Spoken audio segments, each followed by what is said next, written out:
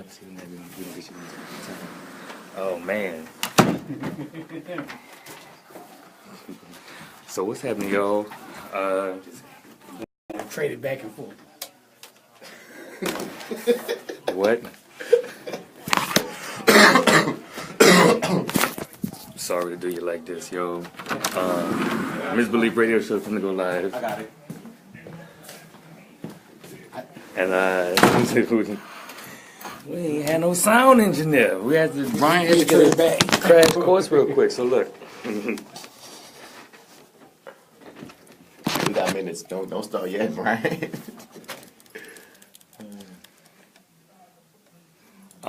Share this video if you watch it. We finna have fun. It's gonna be an interesting episode. We got comedian Rob Kazi. We have poet, singer, songwriter Miss Aria Monet. We got the homie Bats. What's good? What's good? The homie Malik. Lasagna. And I guess some kind of way I'm gonna be holding. It's a sausage party. The dude's holding it down. Our Misbelief Misses Oshun. She got fired again, basically, and Jay Steele will be here just a little bit later. But as of now, we're just the guys. What up, Lamont? I see you. Share this video, y'all, from the let me share it from the Misbelief page, and then y'all share it from your personal pages, and let people see how much fun we be having. What up, Miss Janae McGee? You want to take this? You know what? I'm turning around so we could me the whole time. Who that is? The freak Malik the Greek. So I didn't even know you was pointing at me. I thought it was back on you. Let me get this. All right. Still geek in this building.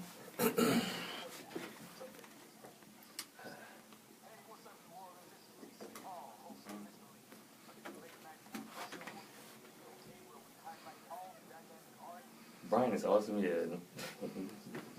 He said, look, I'm gonna make it work. I ain't lying. It's gonna be a good show, y'all. Malik don't want to hold that thing all day. Hey, we got this. Oh, he's trying to go on S7. But I'll let Master P say his thing first. Yeah, after Master P. I would never interview Master P. It's P. We on? Real talk for real time.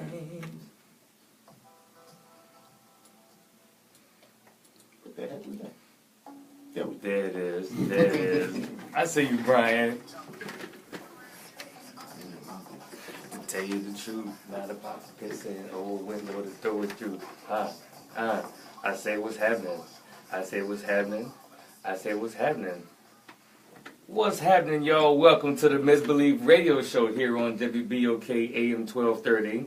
We're live here in the studio, but you could be watching me on my Facebook Live or on the YouTube. Or you could be tuned into the podcast available at TheMisbelief.podbean.com. Or you subscribe to us on iTunes. It's free if you got the podcast app. Check us out. By the way, I'm DC Paul, the Millennial Arsenio, slim waist, baby face, deep voice, #1 choice, and the hardest working man in show business. I'm claiming it. And we got a small cast of colorful characters and creative cool kids cruising as my co-host with me today. Who's this to my left side? That actor guy, Martin Bass Bradford, the master of nectarmonies, the doctor of neconomics, in your building to handle it up as always. You feel me, you heard me, you underdig. I underdig that one, you heard me. And okay, how you feel, Bats? Feeling well, you know what I'm saying? I'm feeling like a man, DC Paul. We're going to tell them why we feel like men. Okay. After our intro. Okay, that's real. Okay, and who this is to my right side? So, this is Malik Bartholomew, the historical delight. I always get it right. And I'm trying to get it on you. So, you better historical delight get it right there and get it on him. Oh, I love it. Historical delight, baby. And man, we got a special guest in the booth. Who's in the booth this week?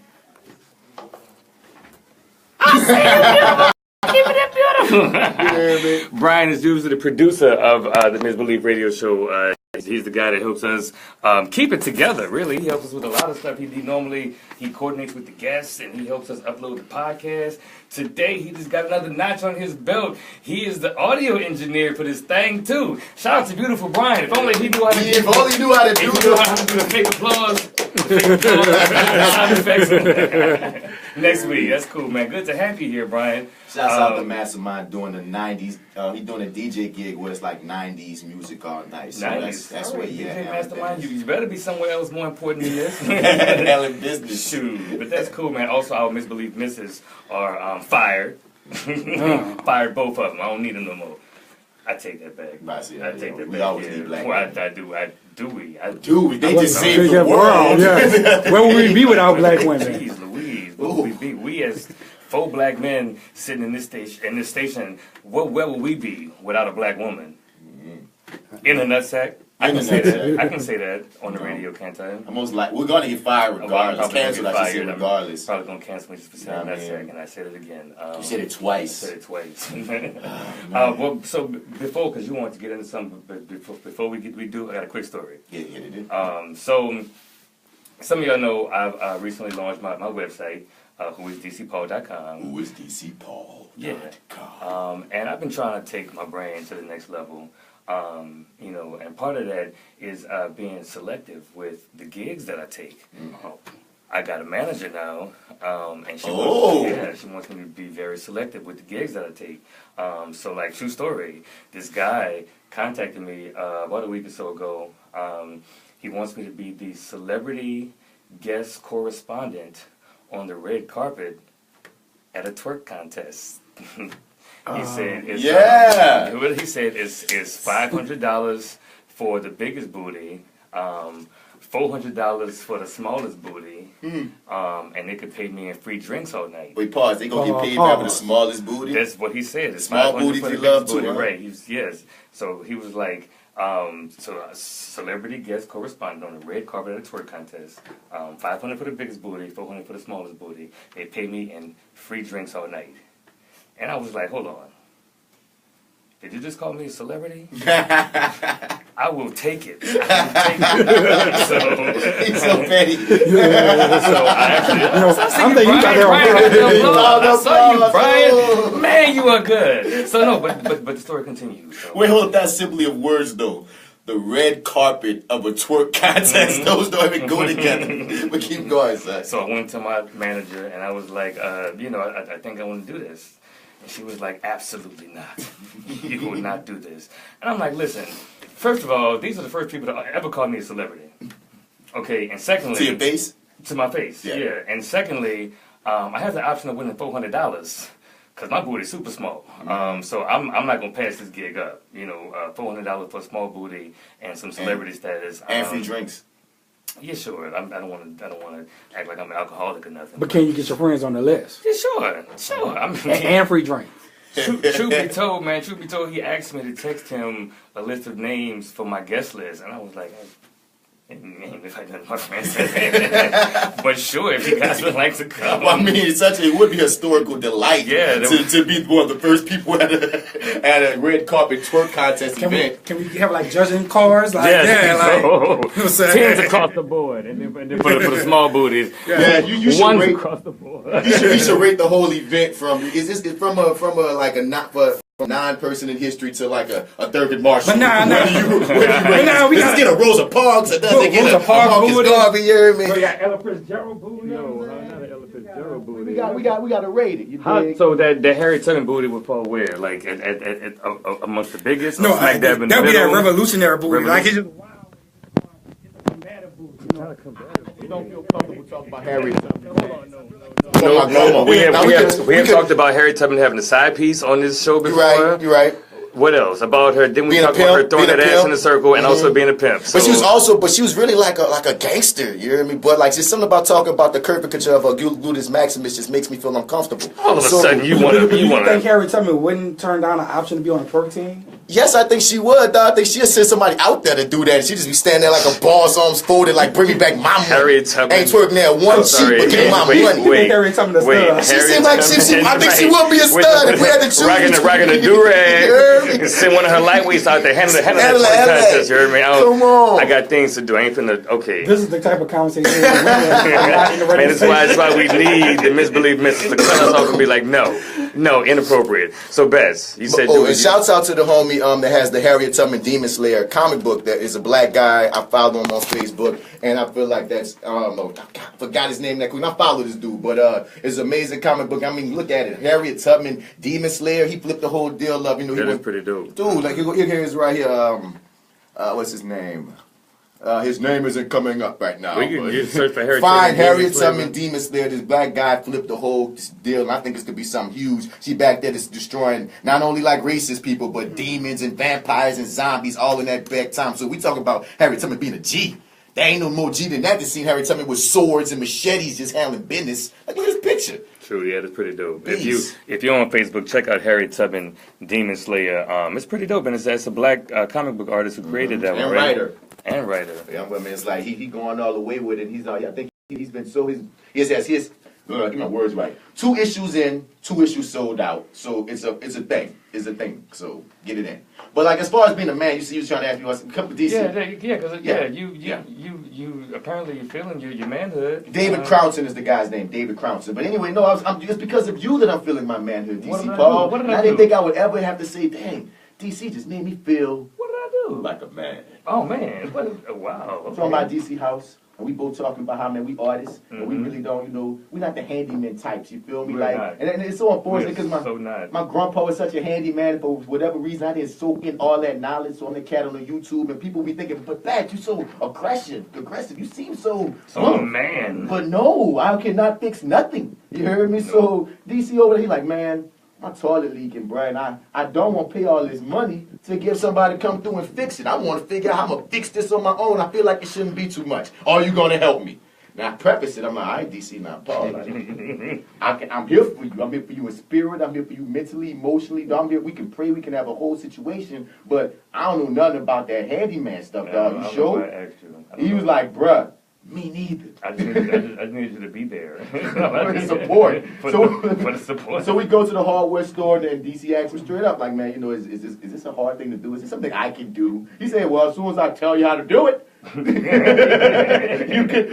gonna know how to do it. It's pretty simple. Man, old head ran it down, hell ran it down, and me and DC both listen, like, you know what? That makes sense. I feel like that's possible. So we go back to the crib. DC at first hitting up sewage and water boy. Said, how do I turn off the water to my condo? He finds this thing on his own. He's like, oh, Bats, go in and see if the water go off. I'm just guessing. He switched it, and the water went off. His guess was correct. I was like, oh, snap. I know how to turn the water on and off in my crib. Bang, you heard me? So then we go to the hard part. We go to the hard part. We go up there to the leaky toilet, and it is leaking, and it's leaking a lot. And DC, like, he grabs his pliers, he grabs his tools. He's like, all right, I'm about to get in here. So he start twisting it. And it ain't going nowhere. And he like, bro, what's going on? So I thought it was like tighty righty, loosey lefty. I'm going loosey lefty, and it ain't loosey in or lefty in none of this. And I was like, well, man, try stage left from the wall. You heard me? Because we actors, stage left, stage right. That's what we go off of. He said, all right, I'll do that. He twisted it, and like a champ, came off. What do you know? From that point, man, he replaced the part. Then he went to the store and got another part because he started feeling like even more manly. And he replaced that without me. But either way, at the end of the day, I sat back and felt like I had to twist some stuff too. And since I had to twist some stuff too, I was like, dang, we just fixed the toilet without paying $200 to the plumber. So you know what I mean? So I feel my nutsack feels enlarged. I feel like that's the third time we said nutsack. That's why I went back. It's a callback. It's a callback. I'm also not even to be sexist. I feel like an adult. I feel like we adulted it. Okay. Yeah, which I adulted so hard, I don't want to adult for the rest of the weekend. After that, I fixed my own toilet. Yeah, man. My daddy would be so proud. Without YouTube, no YouTube. Didn't grab the YouTube videos. We sure didn't. We talked about it. We talked. Video, but we did not. Wait. Y'all didn't use YouTube? No, we just looked at it. We looked at the thing that we see. That's how bad we are. I don't know the name of the piece. We looked at the piece that was given to us, and it seems like this is the part that it would go like this, and we just jumped in. And now we're even manlier men than we were before. More testosterone than I ever had before. Ever. Fix the toilet valve. Bang. What y'all want to build out there? Yeah, so shout out to all of the creative-minded people who be doing some non-creative-minded stuff. Straight up. And using your creative training I'm also on the performance end, because we got our techies out here who laughed at us like, I build sets for a living. What are you talking about? No, he's talking about you. We're talking about the people that that sing and dance and perform. You like, I know. Performing artists who don't know how to fix toilets, and then when you fix a toilet and you use the knowledge that you already had, of course you feel more manly. Absolutely, man. I feel like I could go just father some kids right now. And just leave them to raise themselves. Thank you, Brian. Thank you, Brian. I appreciate you. On that note, I think we're going to take a break. It's a good time to take a break. Brian, what you got queued? Beautiful Brian, what you got queued up for the first song? Oh, come on, Ellie Love. So Ellie Love, his birthday is coming up. I want to say December 22nd or 23rd. We'll be roasting him, hosted by the Millennial Arsenio, DC Paul. We're doing a roast at 14 parishes.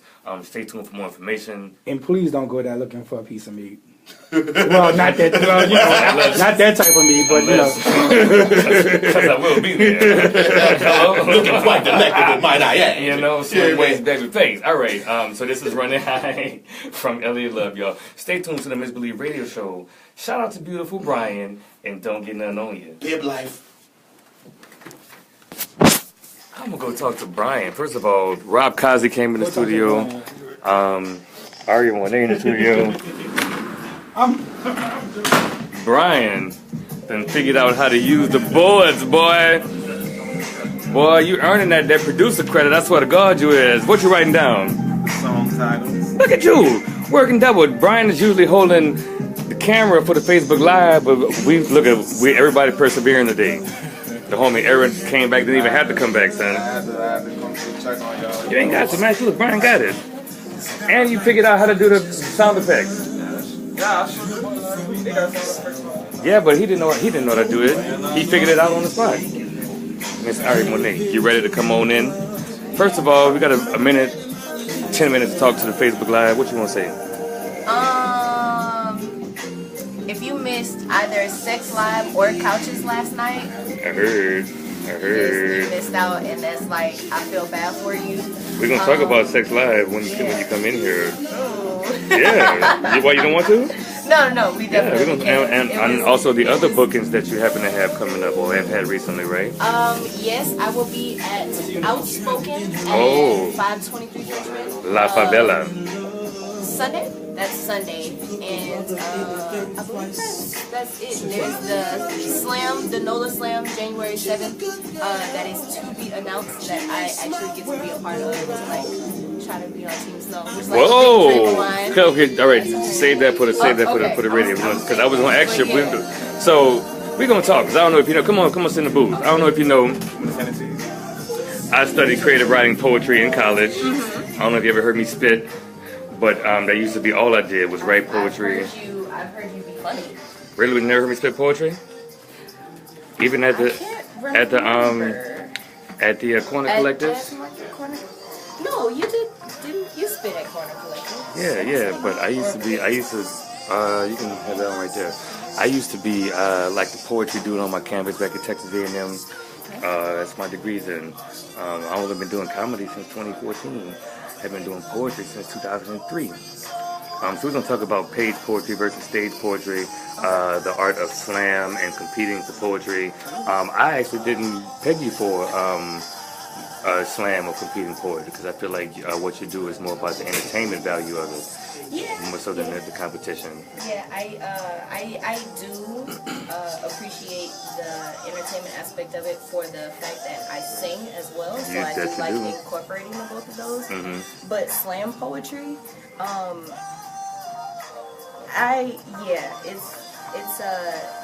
it's me taking my actual poetry more seriously. We got two songs, don't we? Check. Yeah, no, we had close this. Yeah, no, we're right. We're gonna go sit over on our backs. I know what you said. They still come in? I sure hope one about. We usually have female co-hosts, so it ain't such a sausage fest up in here. My homegirl Oshun is at a party, and Jay Steele's on her way. We got one more song we gonna play. Would you like? You got the alkaline water. I'm like, I do need some water. That's one of the station sponsors. Also got a little Jack and Sprite if you just wanted to sip. I sip, but that's me. And let me go talk to Rob Kazi. What's happening, Rob? What's up, babe? How you feel, man? Man, I'm feeling good, man. Good to see you. I'm feeling good. Like why? We're gonna interview you after the lady here. But how you feel, man? Talk to the people. You got anything coming up? Yeah, I actually do have a comedy show December 22nd at Cafe Instrument. Okay. Oh, that's the dinner and comedy, huh? Yeah. With Frank White? Frank White, Howard Hall, Mario P. Howard Hall from Baton Rouge. He's funny. Yeah. You know what Mario is. Yep. You don't show up your whole out shit. You can say that on the Facebook Live, not on the radio. In fact, get all of your curse words out now. Nigga. Fuck shit, all that. Titty fuck pussy nigga shit. Pussy nigga shit. All right in the asshole with a big old dick, goddammit, cunt. Yes, right up there. Balls up the ass. Say it, Brian. Say balls up the ass. Say balls up the ass, Brian. Brian, baby, I can't. Yo, you sure? Come on, Brian. Okay, all right, Brian. Okay, Brian. Say nigga. How many followers we have? you want to see who? Ain't nobody watching right now, but you just wait. They gonna rewind it back to Brian. Just say nigga. Trinidad James said. Oh, come on, Brian. Get one out there. Say titty fuck. Say, there you go. Titty fuck. There you go. You said it 3 times. Well, I finished. Say finger fuck. I said it. Say finger fuck. Why? I'm trying to get you to say words. Say inappropriate things on Come on, accident. What is this? Come on, man. It's Breaking Brian. Finger fuck. Breaking Brian. Finger fuck. Say it. All right, man. Oh, I can't wait to send it to your mama. Man, do you know Brian is saying titty and finger fuck all in the black radio station? Can you believe him? I know he wasn't raised like this. I'm sorry. See, we don't have any women here. We end up saying things like that. So if you didn't know, there's certain words you can't say on the radio. Okay. But you can say it on the Facebook Live. You can say it to the Facebook Live right now. What is it? Can you say fuck? No. You can't say fuck. You can't say shit. It's like, isn't it like aren't there a deadly 7 when it comes to curse words? Yeah, it's like shit. Really, if you stretch it, it's a little bit more. What you got? Titty fuck, pussy nigga shit. Yeah, I was just about to. Can't say nigga. Oh, I can't say nigga. Can't say asshole. No, that's not a part of my everyday language. Oh. No. Can I say tits? Can I say boobs? Yeah, you can say tits and boobs. Yeah, in fact, we're after 7, huh? We're Bats, we got a minute. Bats, we got a minute. I don't know what Bats said. Yeah, after 7, we can get away with stuff that they can't say during the day. So you can say tits, boobs, nipples. You can say testicles. You can say clitoris, but you can't say clit. You can say tits? Yeah, you can say tits. On the radio? Come in too? What? No, I already want. Oh, no. No, we do one at a time. You know that, Malik. I know, Why I'm would just you checking that? DC, Brian, We're going to come get you after this interview. Is it going off or something? Are you going to take this? And we are back. Welcome back, you guys. Welcome back to the Misbelief Radio Show here on WPOK, AM 1230. This is a show where we highlight the city of New Orleans through the eyes of some creative black millennials. By the way, I'm DC Paul, the millennial Arsenio, slim waist, baby face, deep voice, #1 choice, and the hardest working man in show business. There, I said it. And who's this to my left? That actor guy, Martin Vance Bradford. And I had to drop it down a few registers just to let DC Paul know. Don't be trying to out deep voice me. Don't be trying to out deep voice me, It's going to man. happen for you. Stop it. Yes. Stop it. And who's this to my right side? Yo, this is Malik of Nuno Latours. What's happening? Malik, you Greek freak. Yeah, yes. You historical geek. Historical geek. I love it, man. Shout out to No Tours. I'm going to go ahead and say it. And I even had an official tour yet. I just know this man personally. I know he knows the Everything. city of New Orleans like the bottom of his hand. If your hand got the bottom of it, he know like where all the moles is on it. And his tour company, No Tours, is the best. It is, man. So check him out. And who that is in the booth?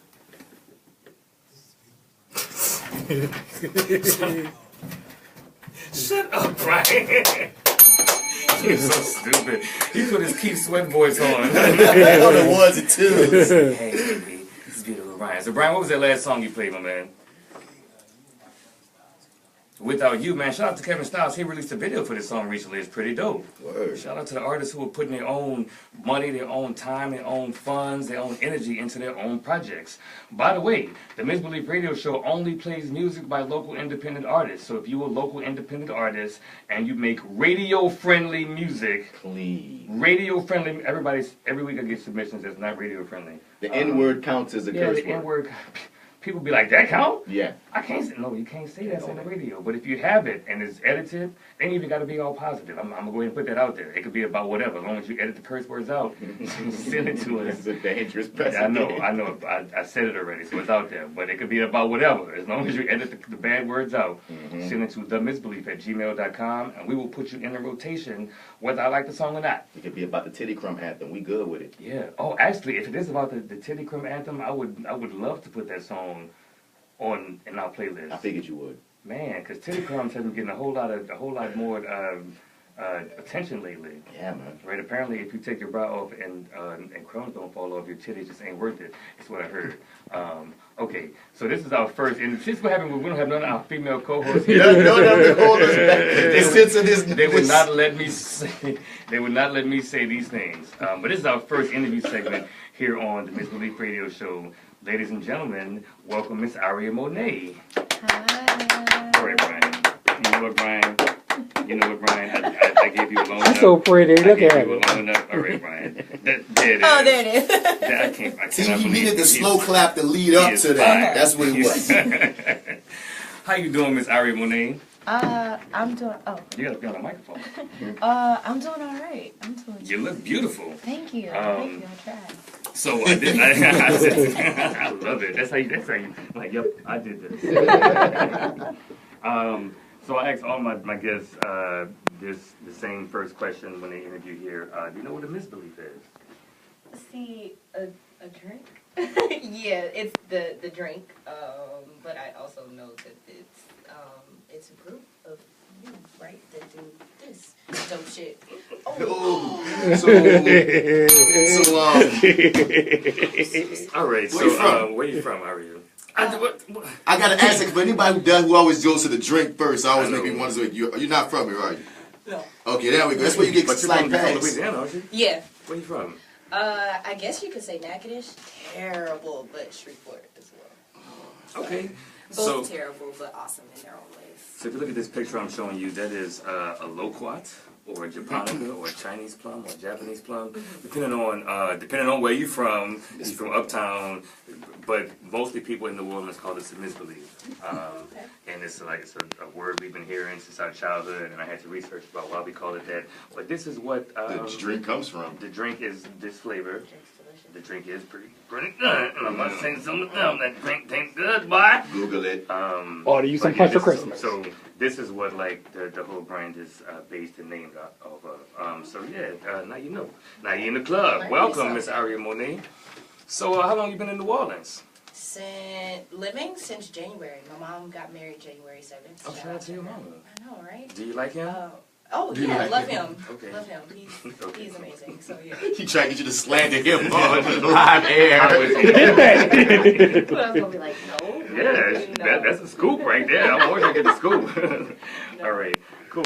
I don't think I mentioned this in your intro, but you are a poet, a singer, and I assume a songwriter. You have lyricism skills and also vocals. Okay, cool. So poet, singer, songwriter from Natchitoches, Shreveport area. Been in New Orleans since January. I think I first met you at the Jazz Market. Yeah, the Jazz Market was one of the first open mics that I found here. Nice. And I went there and I was like, oh my God, everyone in this city is dope. Which is true but not true. Facts. But all the facts. But I went to Jazz Market and I ran into and I ran into dope people like DC Paul and Icon, and I looked up to Icon as oh my gosh person for the longest time, and now I feel like she's sick of seeing my face. If y'all don't know Icon, that is Shakandria Icon Sibley, one of the just amazing poet from here in New Orleans. She traveled around doing her thing. She's she's one of the top in the world. She's been going viral. But so you looked up to her when you saw her in your travels or in her travels? Yeah, in her travels, I met her first at where was it? UL. A friend of mine. What is UO? UL. Oh. University of Lafayette. UL. Gotcha. I'm sorry. Yeah, there was a poetry. I don't know what to call it, but she was teaching us about poetry and stuff there. So that's the first time that I met her in person. But before that, it would just be me like seeing her up on stage. So it always felt like one of those. She always felt to me like one of those people who I would never, like, no matter, you know, like I wouldn't have the chance to like build a bond with her, which was really cool, like being here and being able to. Yeah, because I've heard her call you one of her proteges or something like that, right? But I felt like you had already done some performing and some poetry and stuff before I met you, because I think when I first saw you, you came up very polished and like you were not shy about the microphone. So how long have you been doing poetry? Well, I actually, if anyone if any of you are familiar with Christian poetry, I originally started doing that in church, maybe in middle school, high school. So I've been doing it about 10, 12 years now. Okay, is that how you know my homie AJ? AJ. He's from Shreveport. I think he go by Selah. Oh, yeah, yeah, I do know You know him through that? I know him through Shreveport. There's this place called Bonton's Coffee Bar. Shout out to them. That's my home in Shreveport. And met a lot of really dope poets there as well, and got my start really just being comfortable on stage. Because I like to talk. I always like to talk, so I didn't think that like poetry would be that thing that I loved the most, because I started singing first. So I always thought that I'm going to grow up, I'm going to be a singer, I'm going to be popping, da-da-da-da, and now poetry is what I want to do, where I want to go. Real. I love that. I love that. What did you study when you were in school, may I ask? Mass comm, journalism, minor in Look psychology. at you at the radio station. I know, right? Like this is like one of my biggest dreams coming true. That's the way God works. That's cool. So you just yesterday, performed as Sex Live, or is it Live Sex? Yes, it's a little bit of both. It's the show that our homie Deuce the Poet does. Sorry, Deuce the Poet performed at that show, but John LeCarbier actually produces the show every so often, and it's like sex poetry, including like sexual R&B and like just a bunch of sexual performance artists, but as well as some testing, right? There was some, there was HIV and syphilis testing upstairs. I'm sure they passed out condoms and things like that. That was at Cafe Istanbul last night, right? Yes, yes. How long have you been writing freaky poetry? Freaky poetry. Like a few months. Just a few months. Because I've seen you do freaky poetry before. And by the way, watch your language for the rest of your time on this episode. But I've heard do some freaky poetry like that. The When Can We F? I was like, man, this girl got the... Wait, she has a poem called When Can We F? Mm-hmm. Well, I think I heard that one. When Can We F? Yeah. And she's got like this... If y'all don't see her on the radio, you watch on the Facebook Live, but on the radio she's got this really innocent face and these big doughy eyes, like, and first time I heard her say "When Can We F," I was like, "Girl, what's your mother?" I hate to say that be the ones, but I'm just leave it at that. Continue. Where the women? Why we got our female co-hosts to be like, no? No, I don't mean it like that. I mean just like I feel like in general, like people who are thought to no, for real, underestimated. Like oftentimes we be like, "Oh yeah, she must be nice," and that be the ones that's always being. Chicks with glasses are always freaks. No. I'm not saying that. I'm not saying that at all. I'm not saying at all. What I'm saying is many times like the people like, okay, let's say people always think you're so innocent. Your whole life you've probably been treated like you're so innocent, you're so nice, you're so innocent, you're so nice. A lot of times that be the a-holes because they got when they get around people that they're really comfortable with, they get to be a-holes because everyone's always expecting them to be so nice. So whenever I hear like someone saying, "Oh, she has this innocence," I always go to, man, she's probably not like whatever. Okay. We won't even go into freaky stuff. She's probably just not like whatever she's always thrown as into be. That's all I'm saying, sir. That's all I'm saying, sir. Going to a store by him running through a whole female chess team, and I'm like, listen, that's not what we're talking about. I can't run through them. Not recently. I want to ask you this. Okay, what inspires like your favorite work, like that you like? Because many times as artists, we hard on ourselves. So the ones that you actually like, what inspires those? I think one of the pieces that I like the most, which is surprisingly one that I have retired, like spitting on stage, but it was a poem called My Depression Piece, which is a piece that I really kind of told the story of where it started from. Where I kind of started to realize who it was, a few statistics in there to kind of like make everyone realize like this isn't like a few and far in between type thing. Like there are a lot of people who deal with this.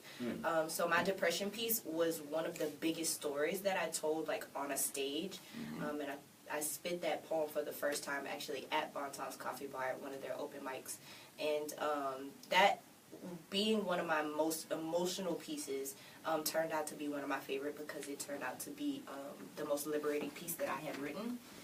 So from there, I believe that there's this love poem that I've written that is about one of my exes, who's actually still a really good friend. So it's something that I wouldn't mind still spitting on stage. So it's So you mentioned spitting on stage. A lot of folks don't know, even though I'm silly as hell, I studied poetry in college. I was a spoken word dude. Sometimes I got bars, and sometimes I got bars. And there's you talked about spitting on stage.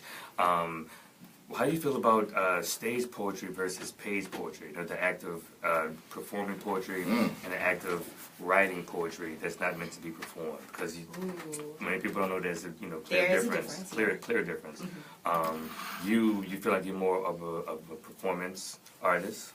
I am now realizing that I am both, especially with a few current projects that I'm working on.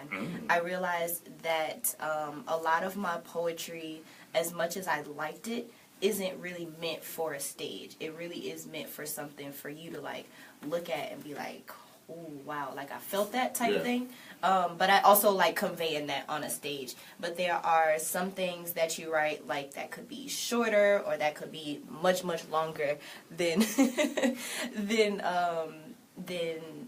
pieces that are meant to be performed on a stage. When I imagine stage poetry, I think theatrical, very emotional. When I think of page poetry, it can sometimes be more thorough and thought out than stage poetry, because sometimes with stage poetry, like as a slam poet or someone who competes, a lot of your pieces have to be like 1 minute, 2 minute, 3 minute type deals. But when you're reading poetry, your poetry could be like a short story poem or something like that. So When I used to do it too, I used to always think about like it's more cerebral when you're talking about the red on the page poetry. Like that's when I really try to put my deepest bars and concepts. If I know you're gonna read it because you get to sit with it, versus when I'm about to go, perform. I feel like okay, I want to catch your attention. I want to catch your eye. Malik. For me, I feel like when it came to stage, to page poetry, I thought about the way that it looked if the person is reading it. I have some poems that, some things that I've written that the words kind of form a shape of something that's interesting to look at, and it may not rhyme or fit a certain rhythm, but like it's conceptual, I guess. And you get to be more conceptual because someone gets to sit with it, because sometimes live they might not catch it. Exactly, and then I talk fast, I spit fast, so live you might miss a whole stanza because you're just catching up. But if you can read it, you have the chance to digest it. What you got, Malik? So it's funny y'all say that, because thinking back, like people like some of our greatest poets, like Langston Hughes, is more page poets. Like a lot of Langston Hughes poems is not necessarily to be performed, but to read and to digest.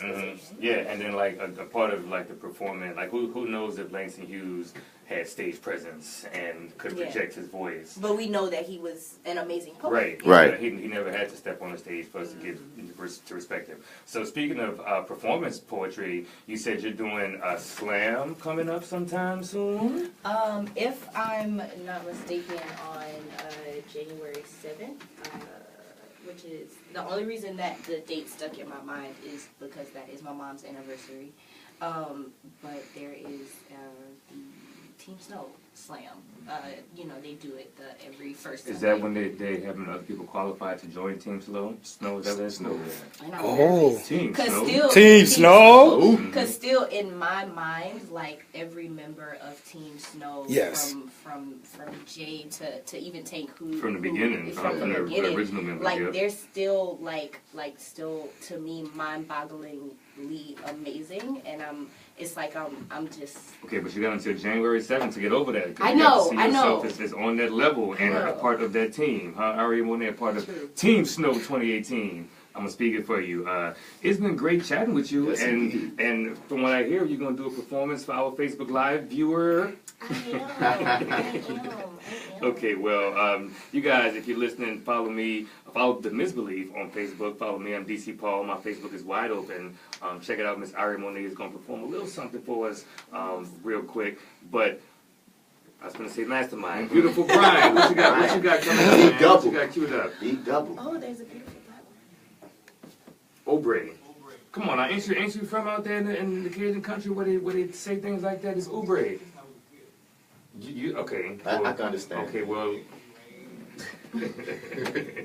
I love Brian on the mic. All right, Brian. We can't talk. We got Burgundy Street. Yeah. So What's the name of the song again? Infinity by Landon Oubre, you guys. Stay tuned to the Misbelief Radio Show and don't get nothing on you. I forgot to tell them what The street name is Burgundy. I don't care what you say. Exactly. Yeah. Come on. only guy who's gonna change the name with no Share the video. We about to have a live performance. We need somebody.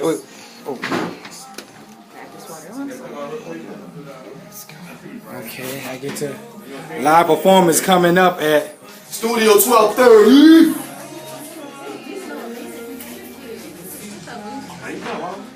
Look Who's In. Yes, we finally got a woman in the studio. Yes, look at it. She back. I was saying that. You gotta wait till you look. Wait until you see the first.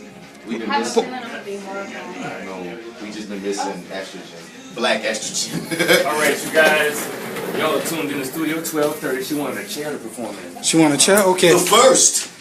I don't think anyone's ever pulled a chair out. No chair. Kalena sat down on the floor Yeah. and turned the lights off and performed. But y'all, here she is on my Facebook Live. Give it up for Aria Monet. Hey guys. So first off, because I don't think at any point in this I've shouted out myself, but Aria Monet on all social media outlets. So this first piece is 6 simple yet not so simple steps to loving yourself. Step 1. Make a list of everything that you love about yourself, and then throw that list away halfway through after realizing that you can only come up with 3 things, and then come back the next day and write line after line about how much you adore yourself and cannot wait for the growth and positive change that is to come. Step 2. Take care of your body.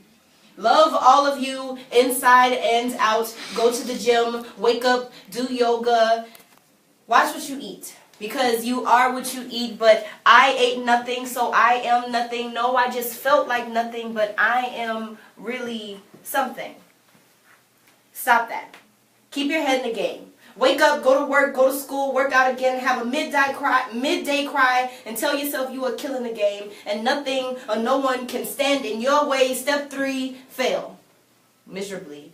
Fail so hard that you fall into a year-long depression, and then let that depression persuade you into dying and letting it win, and then you win, and then you realize that you are not your mistakes and that there is a big bright light at the end of that tunnel and a bright future ahead of you. But then remember that you're nothing. Stop that. Try to remember that you are still depressed. No, stop that. Try to remember that you are the happiest that you have ever been, and then realize that that too is a lie. Step 4. Fall in love, and then get cheated on, and then do that again, and then fall in love even harder and watch it just not work out, and then keep being in love with the last one just to realize that you don't need anyone, and then read every scripture and book that you can find to make yourself feel better, and start hanging out with singles so that you can feel alive again, and then drink lots of wine and watch Netflix on your ex's account. And binge watch all of the emotions that old love brought you. Let the happy times breathe life into your fragile body rather than just letting your broken heart rot. You are worth it. You are not dead or dying. You are alive. Step 5, forgive everyone. And yes, I do mean everyone. That friend who left, that father that wasn't around, that friend who hurt you. Forgive them all, because you don't need to hold that pain in your heart. But above all else, forgive yourself for the things that you did, for the things that you didn't do, for the mistakes that you made, for the times that you wish you had gone above and beyond and didn't, because it's all okay. and you owe it to you, step 6, love yourself. Harder and harder and harder every single day. Don't let death get that close to you anymore. You are not corpse, you are light, and love is with you always. And remember, there is no better you than you, Dr. Seuss, and that will always and forever be something worth loving. I used to assume that step 6 was the hardest. But trust me, the hardest thing to do is love and doubt yourself when you're trying to heal. All right, Aria Monet. Now listen, I don't got time for one, y'all. So tell them, how can we follow you on the social networks? You can follow me on all of the social networks at Aria Monet, AriaMeauxnay, Aria Monet. Creole way. Yeah, Creole. That good old Creole. Miss Aria Monet. And then January 7th, the Team Sno qualifying. Yes, actually Sunday as well at 523 Frenchman, The Outspoken with Mario P. and Sherry. And May Royale, yeah, isn't that the producer? Yeah, May Royale produced that. So yeah, that's at La Favela. I think that's how you say it. I don't know how to say it. Shout out to May Royale. All I know how to do is fix a toilet. I don't know how to do that, so this is what I know. Up next, man, Rob Kazi is in the booth. What up, Rob? We about to get it in. Did you share this video on your Facebook? You got all the damn followers in the world. Yeah, but see, my battery is like always I'm some like shit. on 10%. Always some shit. And then I showed up a little late because I was doing a little last minute Christmas window shopping. Okay, Yeah, I was Christmas doing that, shoplifting, huh? Last minute Christmas window shopping. And all the shit I knew I wasn't getting for people. Dope. Brian, how you feel? How many songs you got left? We have another song. I want you to play an extra one so I can have a little time to step outside to the balcony where I like to go, huh? One extra, one or two extra. This is still what? We're on 2. It's still number 2? Yeah. So give me one extra one, please. All right, got you. And then who's gonna take this camera on my hand? Team Sno started. Yeah. And pass it on. I'm actually gonna be at that open mic. Yeah, it's next week. Yeah. Next Saturday. Yeah. So it's gonna be cool. So, but yeah. So, I'll be there. so with the Pass It On team, we have a special love, of course, for Team Sno. So since it was started at Pass It On, so we have a special love for Team Sno, and all the original founder members have a great connection with the original curators of Pass It On. Which most of the team is still there. We just got. Well, I'm gonna add on as another person who's to add on to the team. So yeah. So I'm excited because I know one of the first times that I performed at Pass It On, I actually covered one of Tank's songs, and that was me, and everyone was so excited. That was you? That was me. I sent that to her. Yes, yeah. I was like, Tank. I was like, she was like, that is so cool. Yeah, okay, yeah, okay, yeah. Like, I love Tank so much. No, but that's a fighting word said because, well, me and DC, that's how me and DC met. You know what I'm saying? So we met at a Tank show, and I was like, who's this skinny dude acting like he loved Tank more than me? Like, nah, bro, Nah, it's not anything about to happen. But yeah, and I'm happy that they're on their way home. So I'm just so happy that they're on their way home. I'm ready for this New Year's Eve show. Yeah, so, yeah. And if you don't have your tickets to this New Year's Eve, Don't tell them because it's about to be sold out. So like when you get sold out show in Israel, that's when you know. You know what I'm saying? So yeah. Let me go look at. It's B hard at work. Look at him. This man is working. Look at him. Our producer went from sound engineering tech. Look at him. B also, can you your mic? I think you need to Bring it up. Yeah, pretty please. Yeah. Well, no, but I think is the volume up on your mic? Okay. Now you just got to watch what you say. When, but yeah. What you afraid I'm gonna say? Yeah. What you afraid I'm gonna say? No, I'm just saying, because we keep the mic off in here, because they be going down when Devin in here, so we got to keep the mic off. It's all. Let me go. When do I have to charge this? Do I have to charge it in between? Because I need to know, because... These doesn't have a charger, so it'll go out and go out. No, it don't, because we trying to do it. Yeah, so... But yeah, but you was... yeah, I'm in control of the... This is Malik. I'm been managing, the thing. So the Facebook Live. So yeah. So that's what I do. So you have anything else you want to tell us? Anything? no, just in this next year, I really just want to just make a space for myself here in New Orleans, as far as the artist community and the things that I do, and just performing on more stages, performing with, doing collaborations with different artists, kind of just really like living in the dream that I saw for myself. So. Okay. All right. Well, you're doing awesome. You're doing awesome. Thank you. You're doing awesome. I'm so awkward. No. Oh Lord, you really just did a Tank 2009 move. Really talk real. Cause she would do that all the time. Oh, I'm sorry. Look at this shirt. Look at this shirt. I'm black gifted and whole. You know what? That is beautiful. Where did you get that from? Said black gifted and whore. No, not a whore. Even though, never mind. You are a whore. Anyway, but no, but on my clothes though. But where did you get that from? I want to say Blair Don Haley. I think this is one I believe. The Blairism? I'm gonna go look at his website and go, yeah, but Blair has been here 2 or 3 times. Yeah, so I think he's trying to move back. He should move back. You know what I'm saying? I'm spilling tea. I ain't heard him say something back. Come on. Oh, come on. Oh, a minute 30. Less. Whoa! Come on, Rob. Come on. Yeah. Oh, you good, bro? The lady is in the building. Misbelief Misses. Keep that up. We was talking about titty crumbs. We was. We've been talking about titty crumbs. We've been talking about this manly things. The things that came up with. We talking about Harriet Tubman's ass size. Facebook Live. Show y'all love for Jay. Keeping it real with Jay Still. She's in the studio. We need that estrogen every episode. I'm ready when you're ready, Brian, but you better plug up because we finna fade out. Oh, I'm sorry.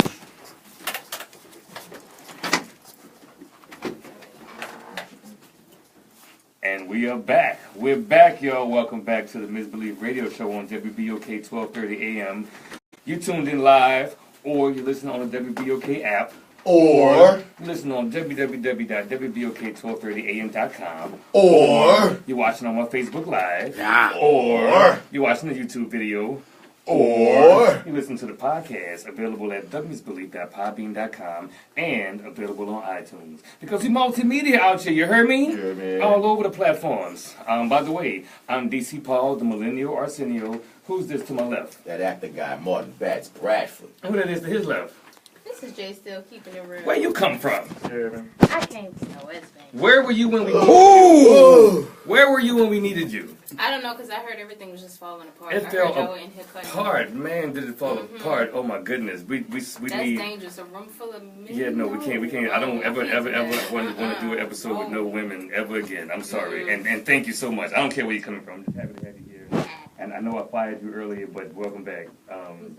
We need you. Who that is in the booth? You still trying to do the Key Sweat Boy? On the ones and twos with the beautiful views. Yo, Brian is usually our producer with the podcast and things, but tonight he's manning the booths and he's doing a pretty good job at it. No, y'all missed his tagline. He said on the ones and twos with the beautiful views.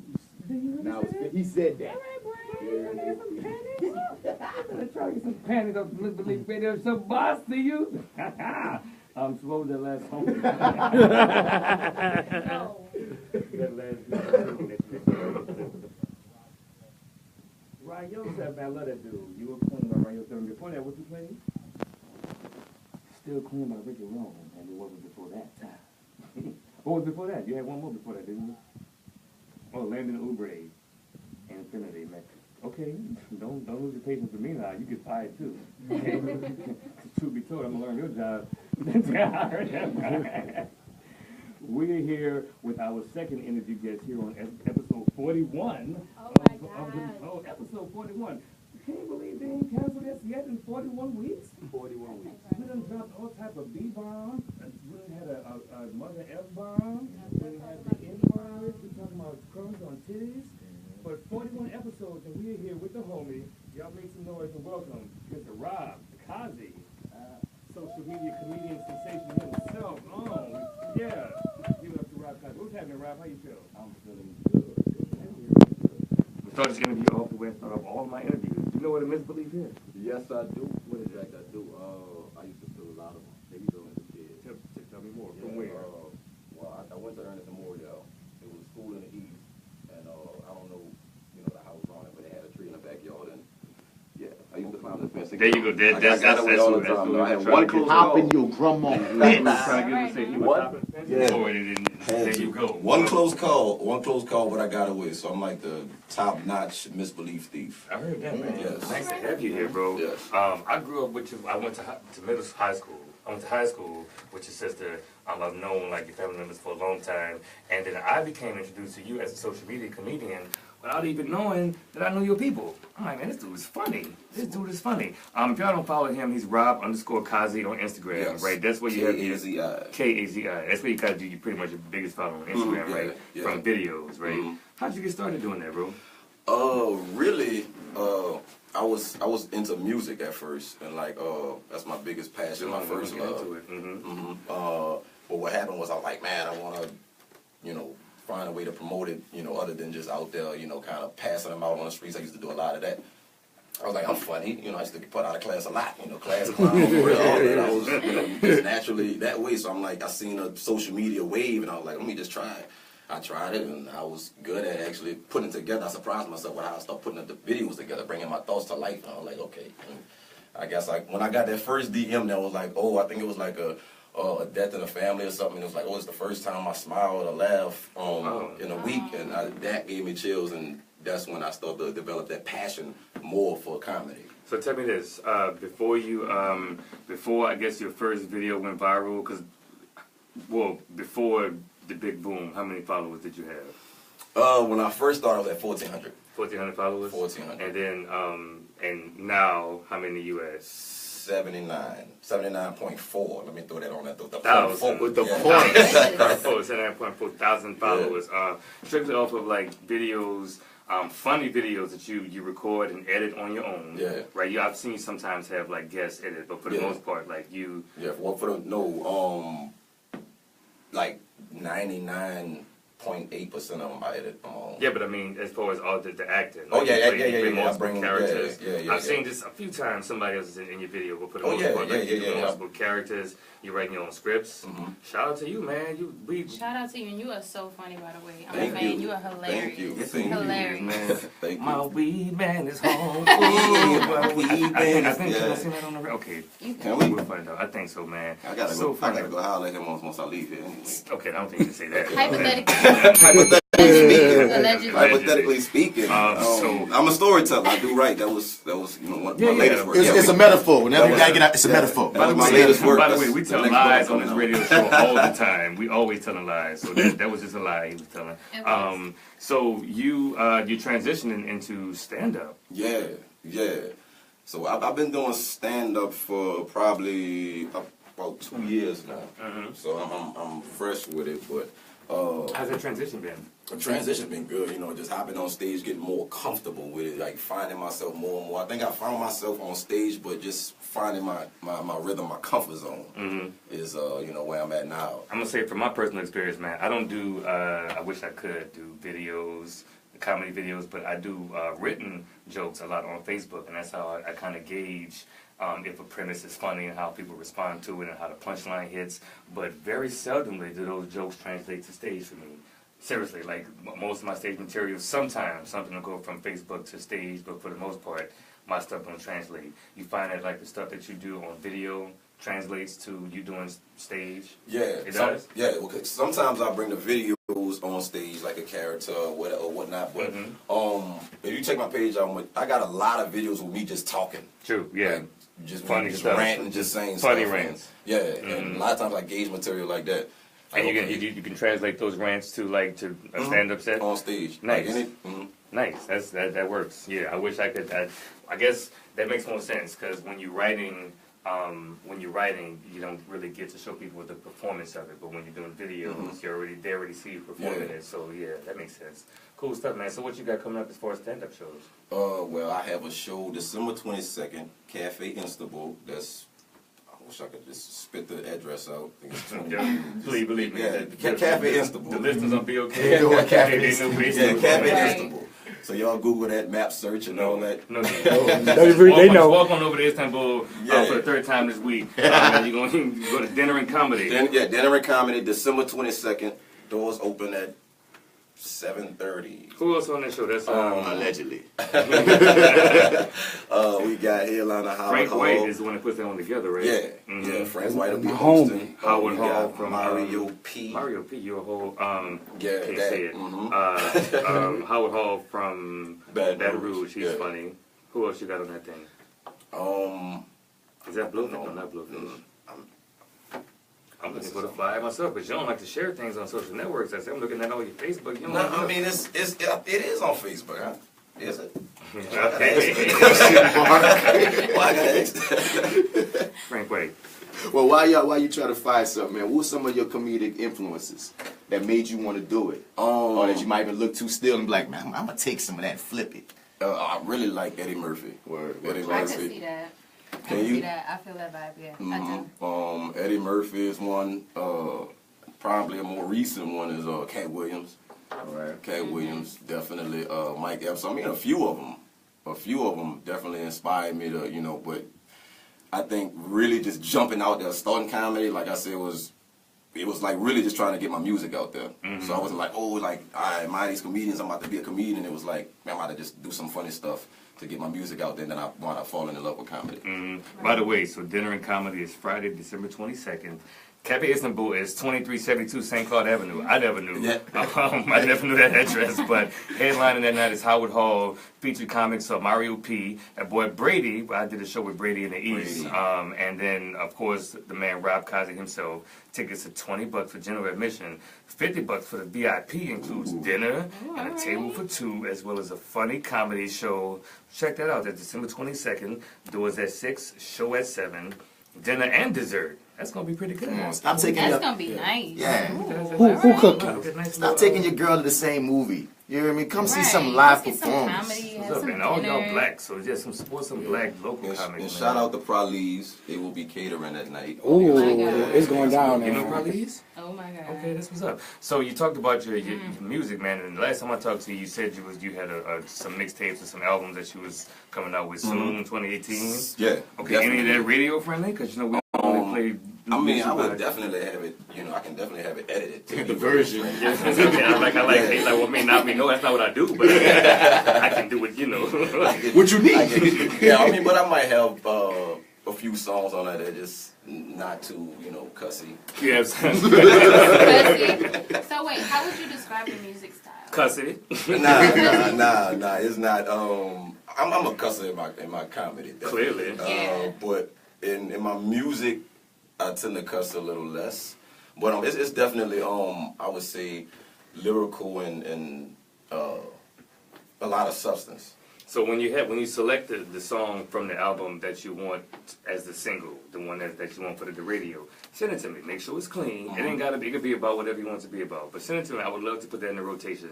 Cause I mean, we all multi-talented here. We all creatives. I stand by. I don't think there's any artist that only does one Right, thing. we've been saying that. I don't ever think so. Aria Monet, she's here. She sings. She writes poetry. I'm an actor. I'm a comedian. A host. I write poetry. Brian sings. He writes. He makes films. He's a director. Clearly, he's now a DJ. Right. You know, For like all artists, if this is the X-Men, we all mutants and we all got our own little. Yes. thing, you know what I'm all saying? for being a Few Renaissance things. man and like using all of your gifts. So I see you doing it, Rob. So when can we look forward to this music coming out? I don't have a date. I actually just started working on it. I'm talking him up like, yeah, let's go forward and do it. Yeah, no, I I'm don't definitely know going when for. it's I'm in gonna the. I'm not. I'm in the studio. I believe it. I'm in the We studio all in the now. studio.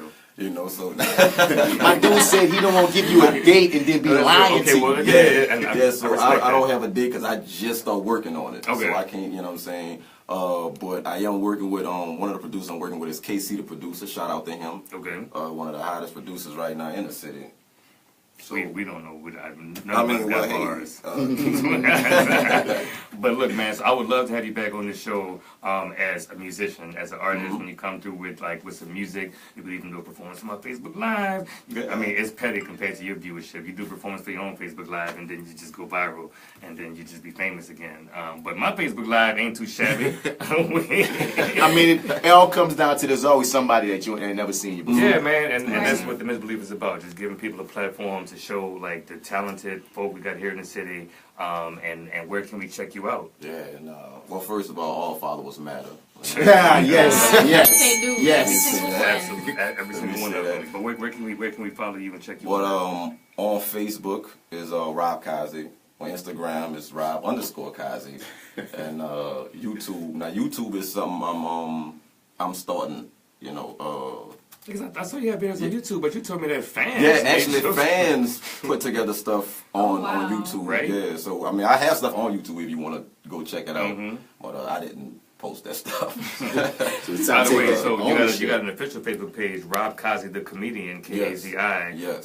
If you got too many friends, then you can follow your official page, Yeah. right? Yeah. I like how you don't update it, but it's all good. He's so petty today, bro. Oh man, So, we'll be updated soon. do follow the homie Rob Kazi on all social networks, man, and just I look forward to you coming back and bringing some music to us. And then December 22nd, Cafe Istanbul Dinner and Comedy, right? Yes. All right, man. Check Good it to out. have you here, bro. Stick around. We're gonna have some more fun for the next hour. You'll be here. Will do. Cool. I was gonna leave and do some more Christmas window shopping, but I'm stick around. Look at all the stuff I know I'm not getting. He look like he do Christmas shoplifting, don't he? All right, Brian, what you got queued up for us, beautiful Brian's? All right. We love Ray, man. I saw Ray last night. Just stay tuned to the Misbelief Radio Show. Don't go nowhere and don't get none on you. Thanks, man. Rob, talk to how many? All three of them. Oh, you somebody hold it. Yeah. Malik looking like it. Malik, man. No, I need to. Hey, Get your session ready? Okay. I need to get my session ready too, man. Brian, come get this camera. I don't know what I'm doing.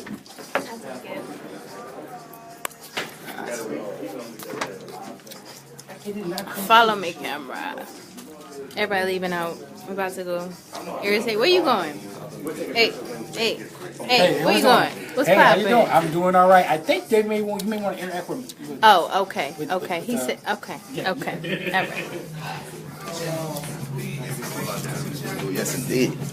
What's up, You Rob? didn't meet Aria Monet. Get him down. Oh yeah, you didn't call me I was on trying to guard. get some moves. Hey again, Aria. Aria, did y'all meet already? Yeah. Okay, good. Show him that dance you was doing there.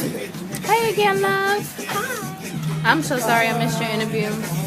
I heard it though. It was really good. Really good. My cheeks You are just had burning. a dope In performance. real life, I was actually real nervous for some reason. Really? I get nervous about everything I do until too. it happens. I do too. I can't talk. I get nervous every time I get on stage. Yeah. Every time. How you doing, sir? I'm fine. That's I'm what's feeling up. That's an honest favorite. Thank you so much for coming. Say what? Huh? Oh, you stole it my from your mama. Yeah, she said that Word. one time, but I believe it too. I'm blessed to have it. If I ask him, I'm like, how are you? He's like, I'm good, but I'm always good. And I'm like, Wow, I'm trying to man, feed I off that believe energy. in synergy. Like Yeah. that is so real.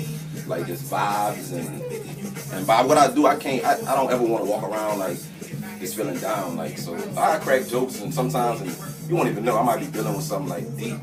Right. You'll never know.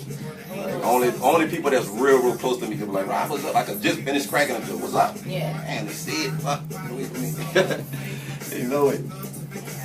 I think some people around me can kind of tell just from my energy, because my energy changes depending on what I'm in or what I'm going Yeah, through. definitely. So then they'll kind of be like, hey, what's up? But not many people like here, just because I haven't like really built those relationships yet. A lot of relationships here are fairly new. Yeah. But like in other places, like people that I went to college with or stayed in Shreveport, my old roommates, like they would be able to notice like something's wrong with you. Like Dio walk up to me and be like, what's wrong with you? And I'm like crying, like so. Yeah, I had it some well. people kind of just know. But other than that, for the most part, a lot of people. When they first meet me, they're like, oh, you got like this great energy about you. You just seem inviting. That's what I like to give off. But, you know, sometimes I have my days. I have my days, but I fight through it though. 'Cause Yeah. It's I think what made me start fighting through it because I went in McDonald's one time and I had a day like that. I was just like down, and then a dude behind the register was like, "Oh man, Kazi, can I get a picture of this and that with the whoop?" And I was like, "I'm rolling out right now, this and that with the whoop." And I got my food, I'm gonna go sit down, and like I'm eating, and the whole time I'm eating, he just like looking down, like. So I was like, fuck, like I looked up and do whatever going through his mind, and I'm like. So I get back, I'm like, hey, we can take a picture. He stopped in the middle of ringing somebody up and come and take a picture with me. So I was like, I understand like how, what that do for other people. So, and that's the whole reason I do comedy. Like I said, the DM about the girl and what such and such happened in my family was the first time. So that was what really drew me into it, and then seeing, just changing people's vibes, people's moods, like. And I think one time I was going through it, like I was depressed like bad, and I was sitting there, and I must have played on my phone for like an hour. And I realized within that hour, like I was looking at funny videos and I was just laughing. And I realized I didn't think about one problem and I just forgot about everything within the hour. So I'm like, dang, so when I'm like, man, this is what I'm doing for people. So it's like, I don't care how I'm feeling, like I, try my best to make people laugh. I almost feel obligated now. Yeah. But it's not pressure, it's no burden because I love it. So it is what it is. That's what's yeah, up. That was so dope. That's what's up. I actually, Trey Mack, the comedian in Newport, he probably knows who you are. But that's how he feels about comedy. That literally is just something that like he is, and just being around people that what they do is just like who they are. Like poetry, like that's me. That's what I do. Singing, that's me. That's what I do. So to be around other people who care that much about their craft, to like be around like I got it, to like see Tank doing stuff on stage, or like see Pell out doing doing shit with his music that just came out, and it's just like it's being surrounded by stuff like that. It really like keeps my energy like up, rather than being around people who just not trying to do nothing with their life, who kind of just like kind of just going with the day to day, which used to be me. But now after experiencing like people like really going out there and getting it, like just being around that vibe, like kind of. But see, I think I'm like I always say I'm the definition of comedy. I am comedy because I think I'm fucked up with it. So I find like all type of shit to laugh at. Like, I don't find it to laugh at, but my sense of humor just. I don't believe in taking life so serious. There's serious moments, definitely, you know what I'm saying? But just just some people take life too serious, and that's where a lot of depression and stress come from. So, man, I ain't gonna lie, I one time laughed at a funeral. I didn't laugh at the, you know what I'm saying? It was my uncle's funeral, and it's like an uncle I was close to. But I'm sitting there, and like, this lady had this crooked wig, and her makeup was just, and I just, and I felt bad. I'm like, damn, why am I laughing right now? I'm supposed to be, you know what I'm saying? Yeah, so I laugh at all. I love dark humor. Yeah, dark humor. Yeah, it's not but my favorite, but I laugh. You gotta find those little moments and messed up things, because if you don't find those little moments, you will go crazy. It'll. Definitely. Who this is? Let me talk about these earrings. Queen. I love them. I got these so cute. at Essence. Oh, really? One of the vendors at Essence Fest. I would like shout her out if I could remember. Yeah, they have so many though. They have so many good vendors that come down here for Essence Fest. So many dope jewelry. This is my jam.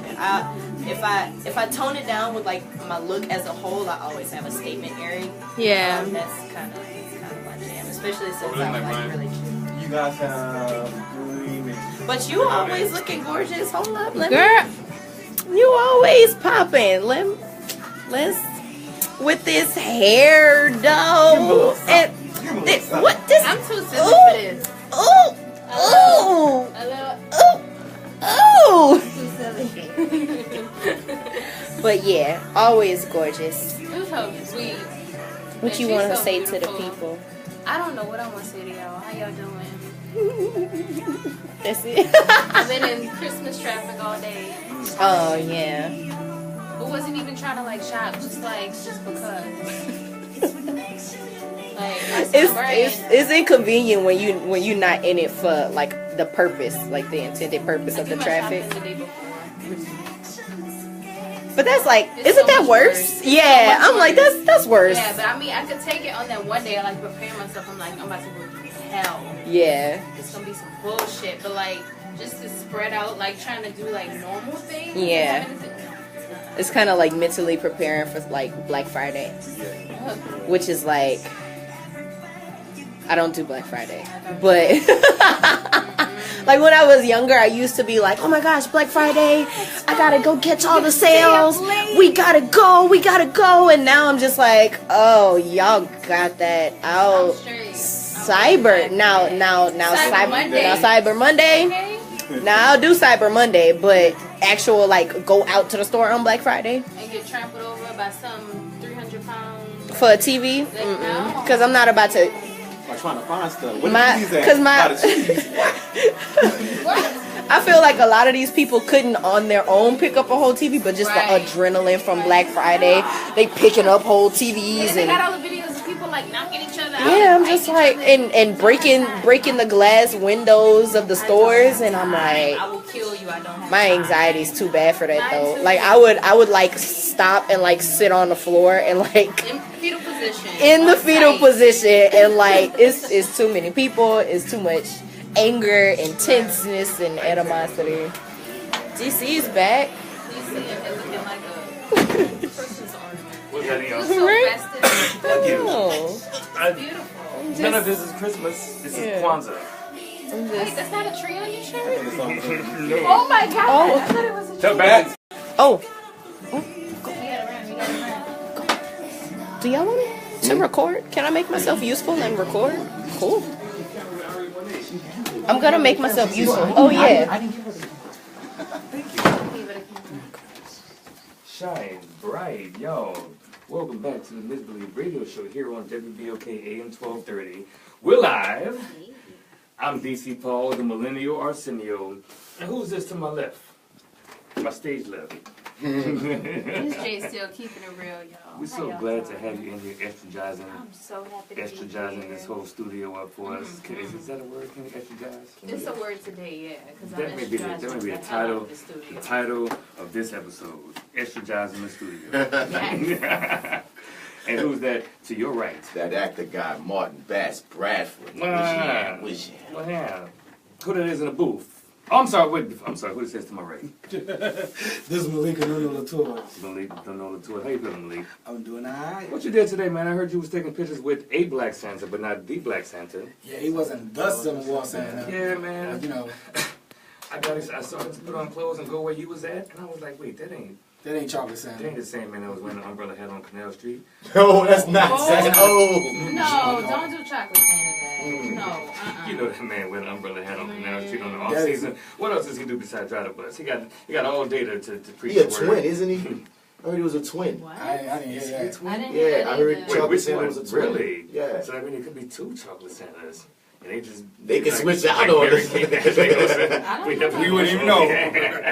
But I That's gotta funny. say, I respect you. I was a chocolate Santa the other day. Yeah. You feel me? Oh, my bad, keep going. No, because I never did who that is in the booth. We'll go into it. Tell me forget about you. Who that is?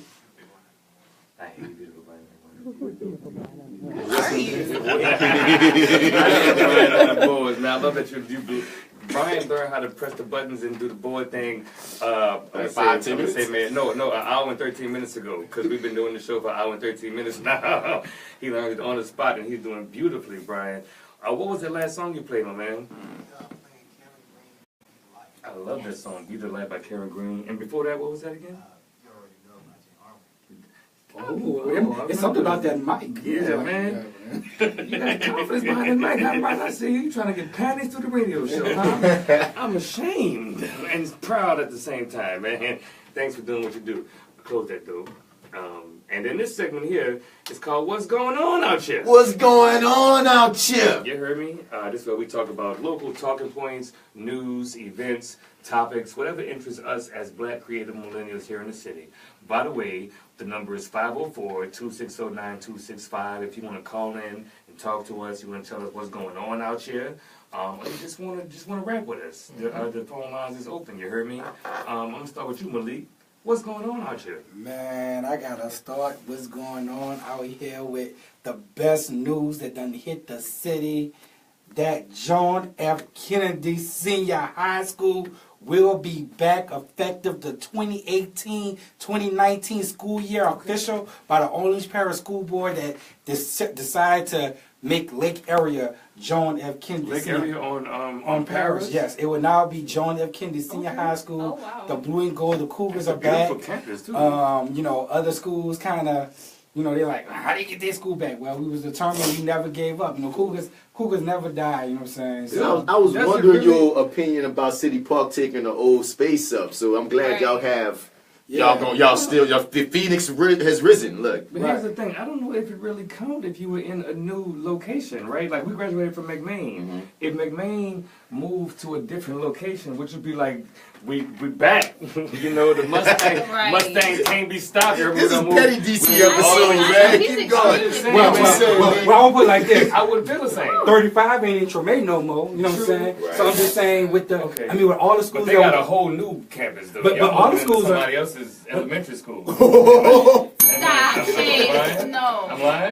Well, we never heard McMain blow anybody out, but you know what I'm In saying? education, we used to all the time. We was the number 2 high school in the school. Yes, in that's the true. city. Y'all was smart. And also, we kept our same location. bro, when me and DC went there. Used to. Yeah.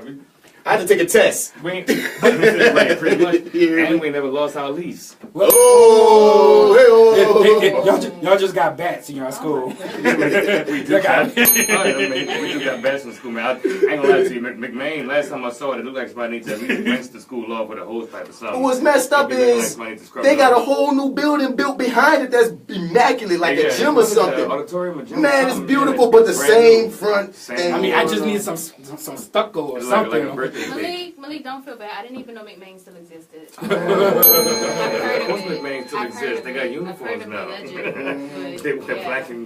black and gold plaid Plaid. pants. And Oh. oh man. Oh no, but no, they started that my senior year. You were gone. No. Right? When Oh, it's my I junior. was a senior, it was optional. For Optional. us. It was And mandatory something- when I right, became a right. senior. It was that we sometimes used to wear the uniform. We didn't feel like getting fresh. So that's what it was. Yeah, because we knew about having to be fresh regularly Yeah, man. at that school. Because 7 to 12 with free dress, that was a trip. But one thing I do say is this, though, I appreciate the fact of not having to think about what I'm gonna wear every day once we did get the uniform True. situation. That made stuff so much simpler in the morning. I mean, you know, but for millennials, you know, high schools in New Orleans are, you know, just a staple. And to have the staple high school back, whether it be McMain, Douglas, I think the people who came in with the charter school thing, they didn't understand how people from New Orleans, like the way we rep our high schools is totally different than any other place in the world. So high schools mean a lot. Yeah, Right. So I was being petty, Ooh, but shout that's out to true. the kids. That's very true. Shout out to the kids. Because that charter, we don't know them charter people. I still don't No, know. we I really don't. I Yeah. still don't know the charter school. Kids be saying, I go to this school, I'm like, Well, what is that? Right. If you were here in the late 90s, early 2000s, before the hurricane, and you be name dropping these schools, it's almost like a new rapper. It's like, who's Little Lake area? I don't want to see my child there. That's what's going on out here. Jay Still, Yeah. what's going on out here, baby? I'm gonna keep it real quick. Keep so, it real. I want to talk a little bit about Hollywood South. So y'all know a few years ago, Hollywood South was popping. We had movies, TV shows, all kind of stuff, and it's starting to pick up a little bit. But they said it's getting a whole lot better now. Recently, Brian Wright of Silver Screen Rentals, who's a production company that rents out and leases out different items for movies, was saying that they're so booked up that they're overbooked basically. So they were saying that coming into Baton Rouge and New Orleans next year, they're going to have about 15 productions, including Queen Sugar, of course, NCIS, Preacher, and there's also The First, there's Preacher. Gambit, and there's a Tom Hanks movie that's going to be filming in Baton Rouge about World War II. Nice. So hopefully things pick up from here. I mean, I still personally feel like it'll never quite be where it was before. Don't say never now. Tax credits. Let me rephrase that. Not never, but I think it's gonna take some time. Yeah. I think it's gonna take You some mean time. these And new efforts. Right. blah blah. Do they A have lot some of type things. of office in City Hall that campaigns to get films to be developed here in New Orleans? That's the New Orleans Film Commission. Yeah, because I think they should have some type of, that kind of get like, persuade them to come and film here in the city. Yeah, and a large part of that is the tax incentives. Right. And when that got screwed up, that kind of messed up everything, which is why everything is localized or centralized in Georgia now. Yeah, man, because Louisiana has been called the sportsman's paradise, right? And I've heard that you can find, no matter what you want to film, you can most likely find it in Louisiana. Not desert, right? But you can find something that would look kind of jungle-ish. You got swamp, you got grassland, you got cityscapes. It was a trifecta. It was a trifecta. Shreveport, New Orleans, and Baton Rouge. They used to just, that was making us to, like, for a period of time, like Jay still said, we was the #1 spot making movies. Period. We even beat California in a couple of years straight. Before I had moved back here. Yeah, man, it was crazy. So he said jungle, deserted, all that's in the east. Like, no.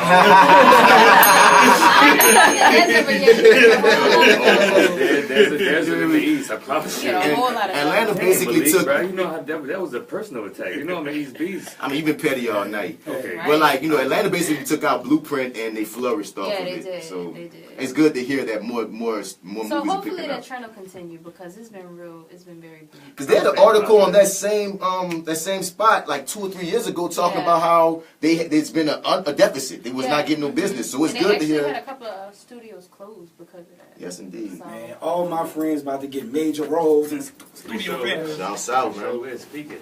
But that's what's going on out here. Our film industry gonna jump back up. Bets. Yeah. What's going on out here, my man? Well, Reggie Bush won't come back. I heard that. You feel me? He said he ready to retire, and he said he won't retire with the Saints, man. He misses us and all that. The former #2 overall pick by the New Orleans Saints spoke on NFL Network Friday and said he wanted one more shot at the NFL this year, but he's ready to walk away. I'm done. Yeah, I'm done. I said it. It's not breaking news. I've been saying it. I said it all season long. I said, listen, if I don't play this year, I'm going to retire. Bush, damn, you just 33. Bush, 33, last played in the NFL for the Buffalo Bills in 2016. He spent his first 5 seasons in the NFL with the Saints, rushing for 2,090 yards and 17 touchdowns. His biggest impact came in the passing game, hauling in 294 passes for 2,142 yards and another 12 touchdowns. He also had several key moments in the Saints' run to their Super Bowl title in 2009, despite nagging injuries throughout the season. So, you know, he's seeing that we're looking good again. And he's like, you know what? I want to leave by, you know, he's going to do some McAllister's is what it sounds like. Yeah. Since when do you care about sports? It was a story. It was true. It was a story. Come on, man. I tried to put on the character because we already, come on. We're not manly man stuff right now, man. We fix toilets and we talk about sports now. Sports, beer. Sports. Women. Sports. Beer. No. Sports, beer, women. No. No. Just because we hadn't said it yet in the 8 o'clock hour, titties. Titty crumbs. Okay. That's enough. All right. I wish they could see Jay Steele's face right now. She just gave him a piercing look. Live. My name is DC Paul on the Misbelief Facebook page. Check us out because the in-studio antics are much funnier than what you hear on the radio. I promise you that. Malik. What's going on out here, man? Do you really want to know what's going on there? Man, tell me what you got. 19 counts of indictment by the federal government. Yes, you know me. I gotta throw it out here. Somebody was gonna say it. I gotta throw it out here. You talking about Urban? I'm talking about that New Orleans ambassador, that jazz trumpet playing. Man, you step light. That library director. I like him. You step light. No, you know, honestly, friend of mine now. So Urban Mayfield was indicted this week. 19 counts of indictment. I like Urban Mayfield. I've met him through several ways. He went to John F. Kennedy Senior High School. He's a friend of the stations. He's a friend of the station. He worked at Dillard University.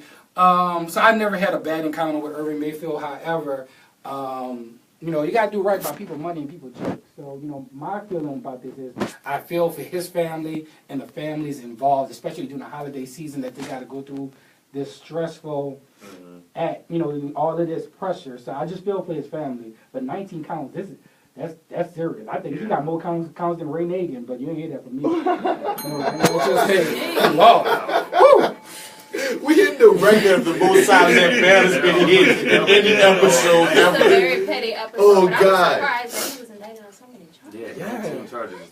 I was reading. I hate to indulge in this type of conversation, but I was reading about some of the amenities he was taking, like staying at the Ritz-Carlton when he went to New York City for like official things. So he paid $19,000 for a trumpet. He spent $1,500 in New York on one breakfast. On breakfast. I just wanted to believe that so much of that wasn't true. Man, I wish we would have been friends earlier. I'd have been like, yeah, let's travel, Herb. You got it? You buying trumpets and things? I don't even play instruments, but buy me a trumpet too. I'm like, man, these people be stealing stuff and they do the most. I'm like, if you're gonna steal, skim. Right. Not saying I'm saying go steal. I'm saying don't steal. You know, if you're gonna steal, let it be petty cash. You know what I mean? Like, I'm gonna pay. Buy a bag of weed or something, but don't be right. I'm going to buy a giraffe and a gold encrusted book. On the library What money are you of all doing? places. Use your city credit card to buy lunch or turkey. Don't do my African. But I mean, and what you just said is so New Orleanian. Like we be like, hey, just take a little. That's probably how all of those politicians started. Like how all those politicians started when they, you know, the ones that go down, because for whatever reason, all our politicians just decide to steal money. They probably started with the skim, and then that skim started getting. Oh. Well, I do know, regardless of what happened. I was clear with him. I ain't say nothing about OT. I do got a great musical facility out of it. That's all I can say, and I love going there. So. Oh, I love the jazz party. Man. By the way, I got what's going on out here. Every Wednesday night at the jazz market. Me and the band Cool Nasty, we host the dopest event you could do for free every week here in the city. Doors at 9, show at 10 is free at the Jazz Market corner of O.C. Haley and MLK. It's a lot of fun. I got another what's going on out here. Tonight, Big Frida's Holiday Bounce Around the Block is happening right now until 1 a.m. on St. Claude. It's like the third or fourth year she's done this, but what they do is they start at the Art Garage on St. Claude, and then like the High Ho Lounge, I believe Siberia, and all of the venues on that block are hosting some type of holiday thing. What is Siberia? Siberia is where I do comedy on Mondays on St. Claude. It's right across from the Always Lounge, where I do comedy on Saturdays. You heard me? But these are spots and all in the same block on St. Claude. On St. Claude. And it's a bounce around the block. We got Big Frida, Sweet Crude, Partners in Crime, Miss T, Delish the Goddess, Hot Sizzle, you heard me, Roxy LaRouge, who's a very sexy burlesque performer who books me quite often. But all this is happening at the Art Garage, High Ho Lounge, Siberia, and the Always Lounge. Tonight is bounce, rap, punk rock, burlesque, and a whole lot more. Happening right now. So if you're looking for something to do after the show goes off, Big Frida Bounce Around the Block is happening until 1 a.m. on St. Claude. Free to give a good show. Hell yeah. Free to give a real good show. And then everybody grabs their ankles. You know, I catch the wall at the Big Frida show. I busted wide open. I mean, that's where you would have Harriet Tubman deciding if she went to the Big Frida show, she'd probably bust it wide open for that. About Harriet Tubman busting it wide open? I mean, we are not going to talk about Mother Harriet Tubman busting it. We already talked about her getting that beat for Harriet. Big titties. How many times are you going to say the word titties? Because we just found out we can say it on the radio. I tell you so we got to use it up. We're not even really sure. I tell you one thing. Okay. I tell you one thing. What you got? Harriet Tubman probably had titty crumbs. Harriet Tubman took her bra off and crumbs fell out. I don't even want to talk about slave time titty crumbs. Right? I know. There's like cornbread crumbs and like that's chitlin crumbs. I know. And then it gets dark, and I want to tell those kind of jokes. So let's get left. Let's go to the next thing. She probably had greens in there. I'm sorry. If your titty crumbs include collard green juice, I think you need to just wear a new type of bra. If we had chillins, we say chillins, you'd be happy. Yeah, I'm into chillins. Yeah. Next. I'm scared of getting cancer. Next. Let's keep it moving. Baz, what's going on out here, man? Give us one that's not about titties. That's not about the. Okay. Okay, I have one right here, man. It's dark, Brad. Like we just was talking all this stuff. Now I'm thinking, we're gonna do this. I'm not gonna do that one. We're not gonna talk about the hair hand man who molests kids and evictions. Yeah, no, let's not. Man, cause he really was on a level of like, okay, I won't evict you if you suck my. And it's like, dog, for real. That's what we had in 2017. Yeah, that's some hair hand landlord. Oh, but the West Bank, they was doing that. Hair hand, does that count? No, that's not the West Bank at all. No, that's just it's white people. So anyway, new images released of women suspected in Mandeville Victoria's Secret robbery. And yeah, they got these 3 women out here. Apparently, they police on Friday released new surveillance images of 2 of the 5 women suspected of stealing $1,500 worth of merchandise from a North Shore Victoria's Secret store. Tips have poured in regarding the robbery suspects. Like, I know who stole the panties. Snitches. Who used mace and a stun gun on 3 store employees who tried to intervene. Is it that serious? For some panties. I mean, the 5 for 25 is awesome, but it's not that serious. That's a lot of panties. That is a lot of panties. If you look at the picture, one of them look like Marlon Wayans and white girls, don't you? She does. Like, come on now, that's not your real face. Wow. And like, that's just so hurtful because like Victoria's Secrets is every man's favorite story, even if you don't know it. So it's just unfortunate when I. Well, listen, these panties are gonna hit the black market and hit the streets, and men will still be able to appreciate these stolen panties. Yeah. No loss, no harm, no foul. Tell these young ladies. If a stunt gun though, baby, you ain't gotta use no stunt gun to get sexy for me. Come on. You gotta make some stunt on nobody for no. Oh, even get sexy for yourself. You could strong arm the panties rather than use a stun gun and some mace. You ain't gotta use a weapon. Don't they make it like a second degree thing if you use a weapon? I'm just like, who are you that works there that cares that much to jump in front of some right? stuff? I don't care about those. Like, stop with those panties. Halt there! Give me the brassiere! Like, nah. Son, I'm just like, you got that, bro. As soon as you pull it out, that's you. That's your draws. That's your draws, player. Taking it. I don't want them no more. We don't even want them no more. Jay Still, what's going on out here, baby? What's going on out here? You don't know. I like to eat. Fat girl Nola. And, Fat girl Nola. Hold up, I'm having a technical difficulty. But there is a food truck park that is opening, I think, in the Bible. Food truck I think park. it's a little garden district. But Oh, no. It's on Religious Street. Where is that? It's on Religious Street. Whatever that is. That's Ain't none of y'all got Uptown. religion. That's Uptown. Ain't none of That's y'all got Uptown. religion. Deja Vu Food Park is going to be opening soon, y'all. And it's going to feature... So it's called Deja Vu Food Park. Deja Vu Food Park, yeah. And it's going to be basically a collection of food trucks. There we go. The park is going to feature a full bar, covered patio seating, and permanent resident food trucks. Wow. Oh, it said open 24 hours in the French Quarter is what it said on Dauphine? Yeah, No, I'm reading the wrong thing. And it's going to be open every day from 10 a.m. to 11 p.m., but then on Fridays and Saturdays it's open to 2 a.m. Okay. And that's Uptown. Yeah. Near the Garden District, right? Mm-hmm. So you hear right here, No Little Tours will be doing a Garden District tour stopping at the Food Truck Park. Deja Vu. Deja Vu. Food truck. Did they say who? And they spell that Vu, you know, like Vu Caddy. Okay, Like thank New you. Orleans, That's why I right. can't find it. That's why you Did can't they say find it. Who would be Deja would be Vu. one No, of but the they're just saying in regulars? general it's going to have a bar, food trucks, of course. They're going to have a snowball vendor. They're going to have jazz brunches. They don't, let's see. They don't list exactly who's going to be out there yet, I don't think. That's cool. Jay That's Still. cool. We're gonna check it out anyway. You know what they need, Jay Still? What they need? They need DC Paul to host the event there. They do need And DC they have- calls. yes. They do everything at the bottom that says live entertainment. Oh, and it could be a fact. And it is a venue. It's a live entertainment venue as well. Their website You is ain't a said little... nothing but a thing. I'm at the website already. They about to get an email. But yeah, 1618 Religious 81. Street. 1681 Religious Street. Dyslexia, sorry. And it's going to be coming soon. Wow. We don't have I'm a date looking yet, forward but to that, man. I'm That's gonna be excited. dope. That's very interesting, the fact that like the food truck explosion, that's a post-Katrina thing, right? 'Cause I don't remember seeing It food is. trucks growing up. It I think so. is. I don't want to misquote, so I ain't gonna name drop the brand, but one of these brands had the option, had the chance to try a brick and mortar restaurant of their own, and realized that the food truck was more profitable for them. So I think like I know which one you're talking about. after trying it out, they shut it down and was like, "We just gonna do the truck because the truck works out better for us." So yeah, as far as people being independent business owners, it's probably more.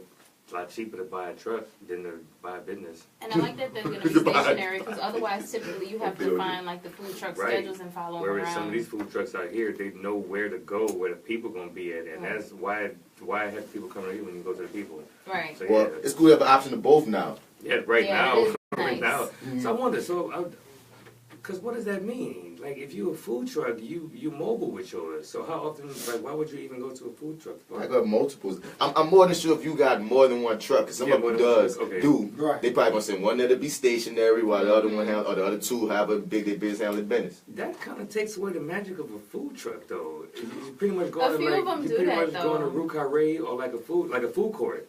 You be going to like St. Rock Like Market. the St. Rock, Right. yeah. It's You know. similar. It's very similar. I mean, it's more flavors for New Orleans, man. So wait, Daddy. I'm just understanding it. You telling me it's a parking lot? Basically. It's a parking lot, and they're gonna let A people very park their beautiful truck there. parking lot. Okay, all right. Now, With these, I delicious like how they, food and a I bar. just got it. now, when I was jumping on silent disco, was a bunch of people listening to headphones. Because I had been to one, so I could actually you like it say was I gotta cool. open my mind, so Okay. I'm right with you. Hey, Okay. better open your mind to this mobile Piccadilly Park. Piccadilly Mobile. Piccadilly Mobile. Piccadilly Mobile. No, all right, that's what's going on out here. Malik, you got another one? Yes. What's going on? 'Cause I So, don't have nothing. so after 60 countries, 359,000 fans, 208 hours, 1,000 hours. Put it in. One sold out tour in Europe, another sold out show in Israel. Tank and the Bangers are finally coming back home to New Give Orleans. them the applause. Yes. We love us some Tank and Man. the Bangers here on this show, man. In fact, when we go to the break, Brian, have something queued up by Tank and the Bangers. Man, eggs over easy, prefer. No, because the way we had the last episode. If we could do quick this episode, that'd be cool. So we turn up a little bit. But I mean, it's just great to have them home. We're happy. They had a sold out show in Israel. in Israel, yo, in Tel Aviv. And Tabia from Tank and the Bangers was on episode 2 or 3 is one of the first ones. of this one. They were already in the midst of. That was the same night that Tank and the Bangers was performing with Nora Jones. I think at the same theater at the same night. So they were already on their way. And don't they have a show coming up? The New Year's Eve show? Yeah, that's what the it is. Joy. Yeah, Yep, New Year's with Cool Nasty, Boom. Alfred Banks, Yes. Sweet Crude. Boom. I'm gonna go ahead and say it out loud. So I'm. Here we go. Okay. Let them know. Speak Go ahead and it. say it out loud. Speak it. Say it out loud. I'm speaking into existence. I'm going to host that show on New Year's Eve at the Joy.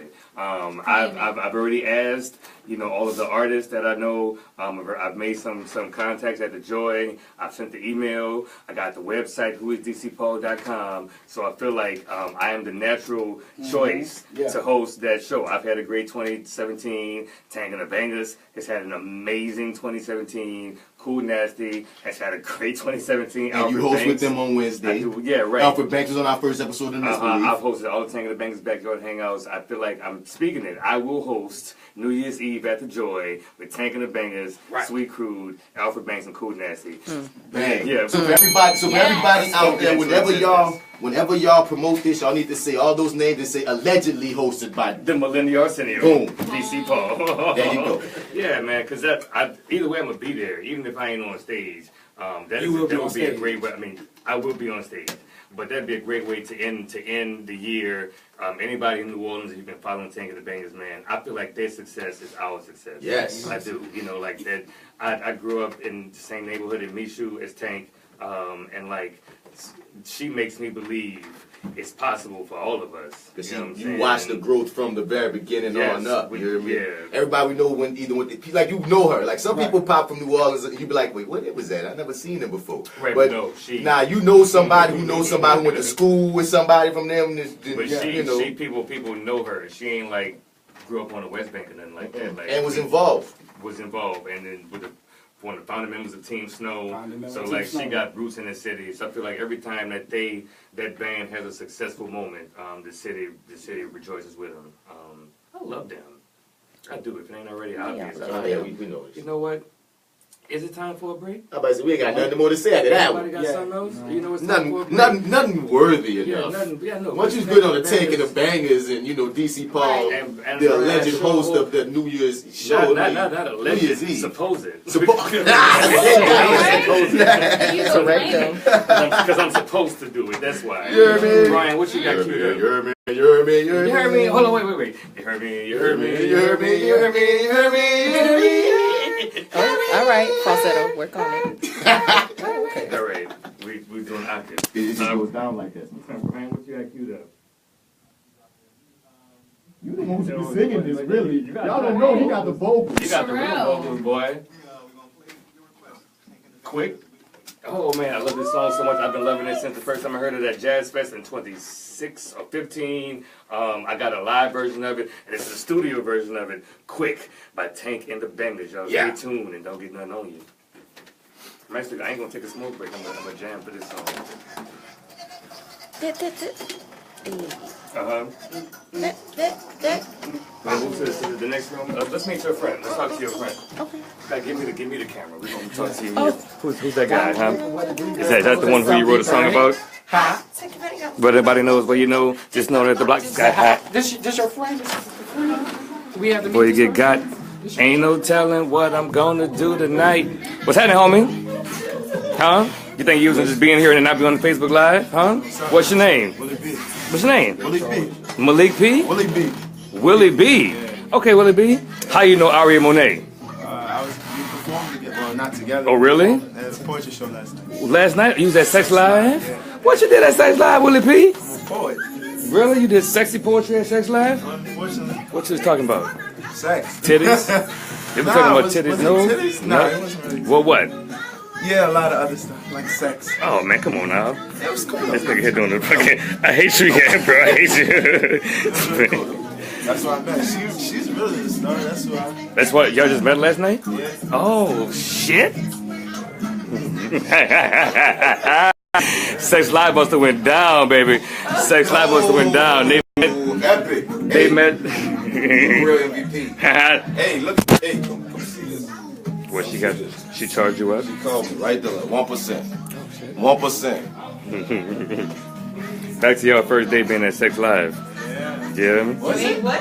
What movie that was? No, I It was actually like- met. Like I seen her perform. Okay, so the first date is tonight. I got you. Talk to Malik. We in here fucking with you. What's your name? Willie B. Where you from, Willie B? Kenner, bro? What you do, Willie B? I rap, songwrite, and do plays. You do plays? You an actor? Really? I write them. You write plays? Wow. Okay. You know okay. It's a bunch of actors up in here, man. Him. You go to school here or? I'm 25. What that mean? No, I've been studying school. That wasn't my thing. School. Okay, he sounded 25. Like he writes plays. This man here is an award-winning actor. Yes. I'm laughing for what's going on here. I should have talked about. I've been forgetting I have 2 awards. I'm forgetting I have 2 awards. Lucky yourself. By the way, I too am an award-winning actor. I got 2 of them. One of them came from the Deltas. And I just remember I got a con. Shout out the Buck. We got a con. We got a con. Yeah, that award at cons. We got a con award. Pick up the Buck. We need to start Big up to doing Edward more. Buckles. He was here, man. I'm gonna get a mic to Jay Still because she's more interesting. Goodness gracious. Gone too far, in the deep and say, Who's gonna save me? who's gonna save me now? Say. Yeah. Save me now. Say. Who gonna save me Uh-huh. now? Who gonna save me Quick now? money. Hey. Gotta make the money Real quick. Gotta make the money Real quick. Gotta make the money real quick. Quick money. Real quick. Gotta make the money real quick. Quick money. You don't know this song, huh? Shame on you, Willie. My homie worked with Landon. Landon Oubre? You know Landon? Yeah, we worked together. I told you I saw him. You did say you songwrite. Landon Oubre is a songwriter, by the way. He was supposed to come on one of these episodes, but I think he got into a car accident. He's in Atlanta right now. Okay, we gotta close that door. I'm about to walk out. I'm sorry. That smell ain't no good. My bad. I'm trying to get the sound. How you get a sound effect on that? Because I wanted to play that for the next. Ask Brian, he know. You supposed to know. So, okay. Hey, can you take this for a second, Jay Still? Yeah. I'm sorry. Back on you. Hey, I know. We going back in? I know you hate it. Are we going back in here? Yeah, we could go back. Oh, what are we doing? Standing right here? Like, I don't know what's oh on. my God. It's like, At the Misbelief, y'all. how was your My day? 3 viewers. What have you been doing? Me? Yeah, come on. What I did? Oh, you want What to have- put me on? What have you done? What are you doing today? It sounded like you was just a busy day. You was running. What's it after the day? You know it's gonna rain Endless stuff. all like 4-5 days straight next week. That's not cool. Somebody gonna be making children next week. Not you You though. gonna be making children, Malik? So what? You gonna be making I got work to do. Like You got children to make? no, not children. But I do have children. I got a website to finish, a blog to put in See, I got place. babies too. Like I'm trying to start 2018 start naked, you know, split. Right. It's like on that foundation. it's neat. I'ma plug myself. Y'all go follow Fat Girl Nola. on Instagram. They got a web series coming. You We feel got our me? first webisode coming out in a week. I saw that. Congratulations. Yes. They I'm got, jealous. I'm they got jealous. amazing photos. Because I told her I wanted to do a No Nola Tour We Fat can Girl still do collabo. one. We can still do one because we have a videographer now. She don't love me. We even got a hidden video of this one right here eating one of the second hottest chip in the world and almost dying. Yeah. Haven't released yet. I'm gonna die. Whoa, I gotta see that. I Is gotta that see shirt that Shaq, that Shaquille O'Neal did? It's that, but it's the one that's like a level below that. Because the one that Shaq did, you can't get it till next year because they sold out. So, yeah. But yeah. Come here. Okay, I'm running away. I'm running away. You want me to take it? Oh no. You want me to take it? I'll take it. Yeah. All right, let me go prepare my mind, body, and soul. Hello. Oh, they already harassed you, huh? What's poppin'? They already harassed you. Oh yeah, it's cool. It's cool. Okay. I don't know why they give it to me. I'm so awkward. I don't know what to do. I was like, oh God, I'm so awkward. Brian with his beanie on, writing stuff and pushing buttons. I'm All right, Brian. What? We just lucky that it worked out. I'm gonna go irritate Mr. Bats.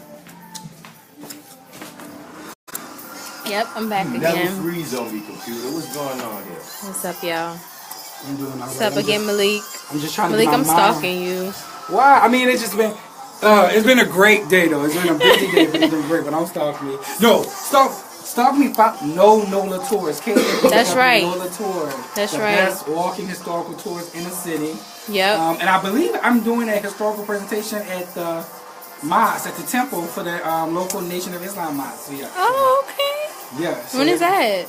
This week, I think it's like one of their days, one of their teaching days. So it's gonna be real interesting. That's gonna be very interesting. Cause old people read.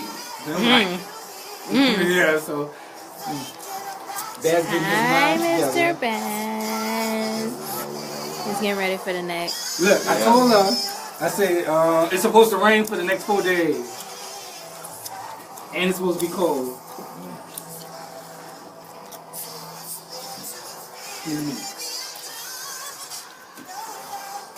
How many minutes we got? Well, we're trying to see, because really, we need DC to introduce bats. And Y'all can call us and talk to us here. Call us. Don't want any more.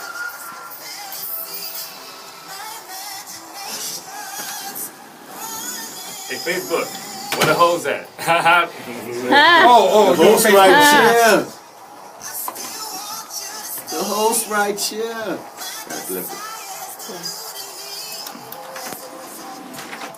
Shout out to Aria Monet for holding the So camera awesome. for Yes. us. Thank you. We only got 13 minutes left. You and Gene. Yeah. But I'm glad you stuck around because we usually say goodbye to everybody.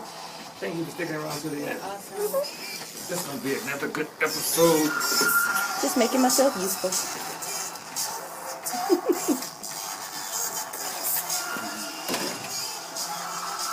That's Janae McGee. She'll be at the Jazz Market. And she did a couple notes. Oh, cousin. That's my last name. No, that's just McGee is my last name. She might be my cousin.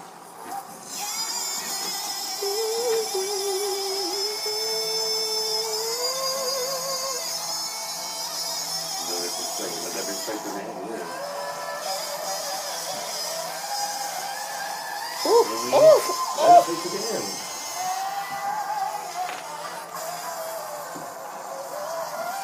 First of all, that's Janae McGee. That's right. Ooh, Let it yes. Let it get to the end. Desire, man, that's Janae McGee. I'm sorry. Welcome back to the Misbelief Radio Show here on WBOK AM 1230. I'm DC Paul, the Millennial Arsenio. Who's this to my right side? Yo, this is Malik of No Nola Tours. And who's this to my left? That actor guy, Mr. Bats. And to his left? It's Jay still keeping it real and estrogenated. Holding it down. Yeah, estrogenated. You heard me. And in the booth, who's that? Oh. Beautiful Brian. What was that song you just played, man? Desire by Janae McGee. That song, man, that girl be blown on that song. I love that song. I'm looking forward to new material from her. What you played right before that? I forgot. Oh, that was Tank of the Bangers. Quick. Yeah. Yeah, we was in here jamming to that. And shout out to Miss Aria Monet and Rob Kazi, our guests for this episode. They still around, but they were really good interviews, were they not? Yes, They were amazing. Thank y'all for coming through. Great people to talk to. Right. So I think we got a little time for our last two segments here on the Misbelief Radio Show. My homie, ThatActorGuy Bats, is such a rebel, and every episode I like to let him go unbridled and just let him just run wild with reckless abandon and give somebody that neck. So Bats, who you giving the neck to this week? Man, this is the master of nectarmony, the doctor of necronomics in the building today. To this time, you know, I'm not going to give the neck to a person, man. Did y'all know that the official poverty rate is 13.5%? Wow. Yeah, man. That means that 43.1 million Americans lived in poverty, according to official measures. And that's just the people that they was able to count. A lot of people that are poor and poverty don't do the census. So you got to add more percentages and estimates to that. Plus undocumented Americans. And it gets larger and larger. The homeless statistics, man. Homelessness is of course rising and rising over. They say only 18 states have shown a decrease in homelessness, and right now I believe it's at 16.7%. They said like per 10,000 people is like it's just ridiculous thing. I'm looking at all these things that there's a lot of poor people in this country. Right. Like a lot of poor people in this country. And when I think about all the things that we spend money on, and whether it's bombing other countries, whether it's trying to build other countries, I always look at like, dang, Oprah, I appreciate what you did for Africa, dog. I know like a lot of little kids out here right now that's in foster homes that need that same amount of space. And I'm saying you can't do both. I'm just hoping that we can do both. So I'm looking at so much like just being broken black in this joint. You can see like just living yourself. They often talk about how millennials don't do this, millennials don't do that. That's because a lot of stuff got broken during our growth and our journey into adulthood. So when I look at one thing that's very, very potent for millennials, that is for millennials and for the ones under us, and that is the rise of the internet. Man, the internet changed the entire world. That goes without saying. That's a complete understatement. So when I look at where it's evolving to, because most times we give it props, whether it's the memes, whether it's conversations on Twitter, whether it's the advancements in the fact that I get tired of debating with people because I'm just like, you could Google anything. You got the world, you have every information thing at your fingertips with the internet, man. That's power. That's crazy power. And apparently they want to take that power. Shouts out to the FCC and what I call the white man, the super Republican cats. I don't mean shouts out in no positive ways. Have you heard about net neutrality and the whole deal about repealing net neutrality, which on one basis has already happened? So basically, they want to charge you. They want to charge you to just use the internet. So there's this meme going around that gives you just an idea. These are not exact numbers, but an idea of what that means for people who be wondering, like, what's this net neutrality talk? Why it's a problem that it's getting repealed? Imagine every time you go to Twitter, that's $15 a month. Every time you go to Snapchat, that's $10 a month. Just to go to YouTube, that's $20 extra a month on your internet bill that you already paying. $10 per movie on Netflix. Not $10 for I'm getting to do what I want. $10 every time you want to stream that, because now they're charging the amount of bits that you using with your IP address and the amount of stuff that you're doing on there. It's almost like if you don't have unlimited on your phone, now it's gonna be like if you don't have unlimited on your internet, you can't go to every site you want. And that gets deep. That gets so deep when you see how much money they stack, and that's one of those unnecessary. It feels so unnecessary to pull that off. And how does to do that to Americans when we look at poverty, when we look at the fact that most of us broke? It's like the middle class starts shrinking. You see rich people, you see broke people, and you see people jumping in between classes. And when we look at what this does to communities of color, I found this article. They said the open internet allows people of color to tell our own stories and organize for racial justice. When activists are able to turn out thousands of people in the streets at a moment's notice, it's because the ISPs aren't allowed to block their messages on websites. The mainstream media have long misrepresented, ignored, and harmed people of color. And thanks to systemic racism, economic inequality, and runaway media consolidation, people of color own just a handful of broadcast stations. While even reading this whole thing, it's basically saying if them people at the top want to push that button and say, hey, Black Lives Matter, I want your website to get that much views, and now for whatever reason, it's slow internet to go to Black Lives Matter. At any point, if they feel like they want to slow you up or don't want you to get information, if Congress let this go down, they can control you. They have all control over the internet, and they can get it out your pockets just to give you a piece of the pie that we've been getting for free for what, 2-3 decades now? So yes, the FCC, you will get that front hand, you will get that back hand, you will get it licked, you will get it sticked, you will get every piece of this neck, you get that neck neck, you get that neck because it don't make no sense to be charging something that's been free for this long. Eat it. Eat it. All right. Ooh, all right. He gave that next to the whole FCC. The whole FCC not damn the cancelers, man. You got balls. Yeah, man, the FCC. I got balls and I'm feeling estrogenated. The FCC Estrogenated. are the people who told us we can say balls on this radio show. On the radio. On the radio. Genitalia is going rampant on the Misbelief Radio show. All right. Well, that was that neck. But that, because that don't make no sense, y'all. Yeah, I agree with you, man. So I like to let Baz turn it up with that neck. And as always, we end our show with one or both of our Sankofa birds, making us take a look back and meditate on a person, a time, a concept, a place, something that came before us that we can appreciate as millennials. So Malik, what you got for us this week? So as y'all know, I travel all around the city, and the paper monuments, or papermonument.org, they've been posting these really cool posters about New Orleans history all around New Orleans. And they did this poster, and I knew of the history, but I didn't hear about this particular story. And I wanted to give it about the sitting at McCroy's. In the 1960s, we all know the heart of the civil rights movement and all this. And you hear about Martin Luther King and Malcolm X, but a lot of times you don't hear about what went down here in New Orleans. And there was an organization called CORE, which is the Congress of Racial Equality. And this organization was mandated by high school students and college students. So they was like the Black Lives Matter or the BYP of their era. So it was only students. It wasn't adults. It wasn't Martin Luther King and them. It was just students. And they had a core chapter here in New Orleans. Now, the core chapter in New Orleans was national renowned because they was known as soldiers. Like if they had a demonstration or the freedom rise, like the core in New Orleans, their members was like, we can go, we can do it. So that all over the nation, people knew who core New Orleans was because they was like, those the embodied people from New Orleans. And during the 1960s, they decided to do sit-ins. So you hear about the sit-ins, you know, they sat in at the lunch counters. And a lot of people know that happened here in New Orleans. So in 1960, the core Congress of Racial Equality, they sat down at the Woodwork. And the next week, they sat down at this store called McCroy's. And all of the big stores had lunch counters at that time. So it was a guy, Rudy Lombard from Xavier University, Aretha Castle-Haley from Southern University at New Orleans, Cecil Carter of Dillard University, and Lanny Goldfish, a white student from Tulane University. They went into this market, and they sat down and asked to be served, and they went and served them, and they was arrested. Now, what made this one special was they was arrested and charged with criminal anarchy by the city of New Orleans. In this case, went all the way to the Supreme Court. That these young people, they was like, y'all trying to stop society. Y'all, criminal anarchy. Anarchy? Yes. That's a charge. So it went all the way to the Supreme Court, and the Supreme Court was like, nah, y'all kind of tripping. We already went through Brown versus Board. They have rights too. You're supposed to serve them this, that, and the other. So it's just talking about their presence of young people and how young people made a change. So when you hear the name of Aretha Castle-Haley, that ain't the name to be played with. These people were Rudy Lombard and Cecil Carter. These was people who put their lives on the line. Because think about you, 1920, and somebody is telling you you're being charged with criminal anarchy.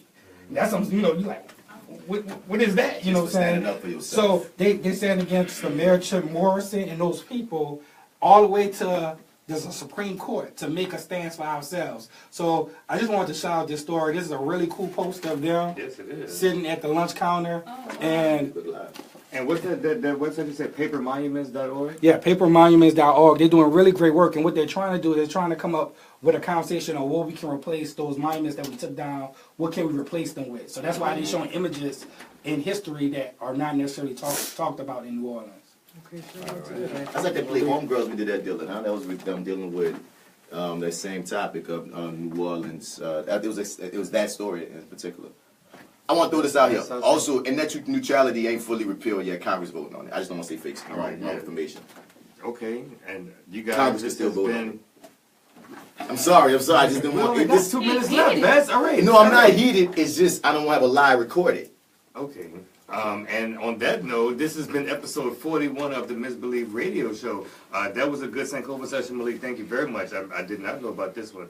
And that was a good Dead Next segment, Baz. You got turned up. Thanks to all my awesome guests that came through, Miss Aria Monet and Rob Kazi. Thanks to my dope-ass co-hosts. Who are y'all real quick? That actor guy, Mr. Bats. And where can we follow you? At Mr. Bats on all your social media platforms. Spell it out.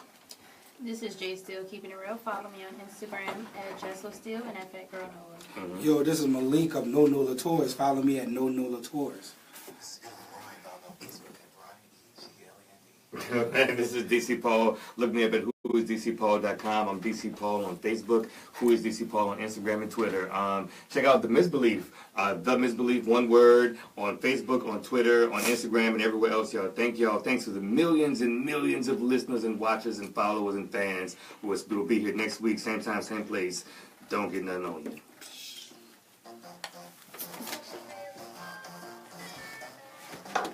You went back into the, you know what, Aria, let me take that from you. Don't go nowhere. Let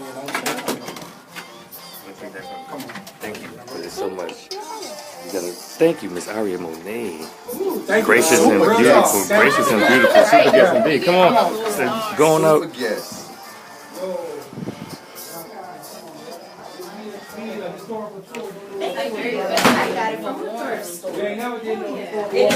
Come on out, Willie P. And just real quick, just come on out to the hallway. Nah. They be tripping y'all out. Hey, Miss Dana, we really got to get you here. We know you representing Hollywood South and the black hair in general. All right, y'all. I want to run this way real quick. Thanks to everybody who watched this episode. Thanks to Rob Kazi.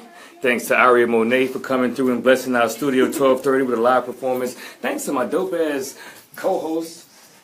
Yeah. And everybody else, man. I'm DC Paul. We usually have somebody else holding the camera for this part. I'm going to do it this way. Come on, get in there, Willie. No. You here.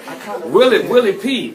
He was in the video the whole time, too. Yeah, great. Nice to see you. Thank y'all for watching and listening. Follow The Misbelief. And subscribe on YouTube. Tell your friends about it. We'll see y'all later. Don't get nothing on you. All right. Subscribe. Turn around and get you black folk. Oh, y'all cute. Before you got in there, Betsy. No, yeah, thank you, man. There you go. Bunch of different poses.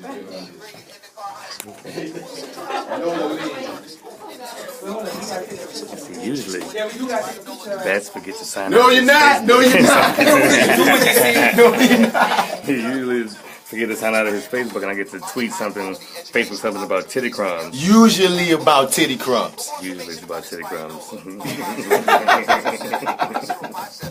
Bye, y'all. Bye, Miss Dana. Okay, I will definitely inbox you because you were there in the audience for the first episode, and you were what the Misbelief is about. So we'll be in touch. Absolutely. Don't get none on you.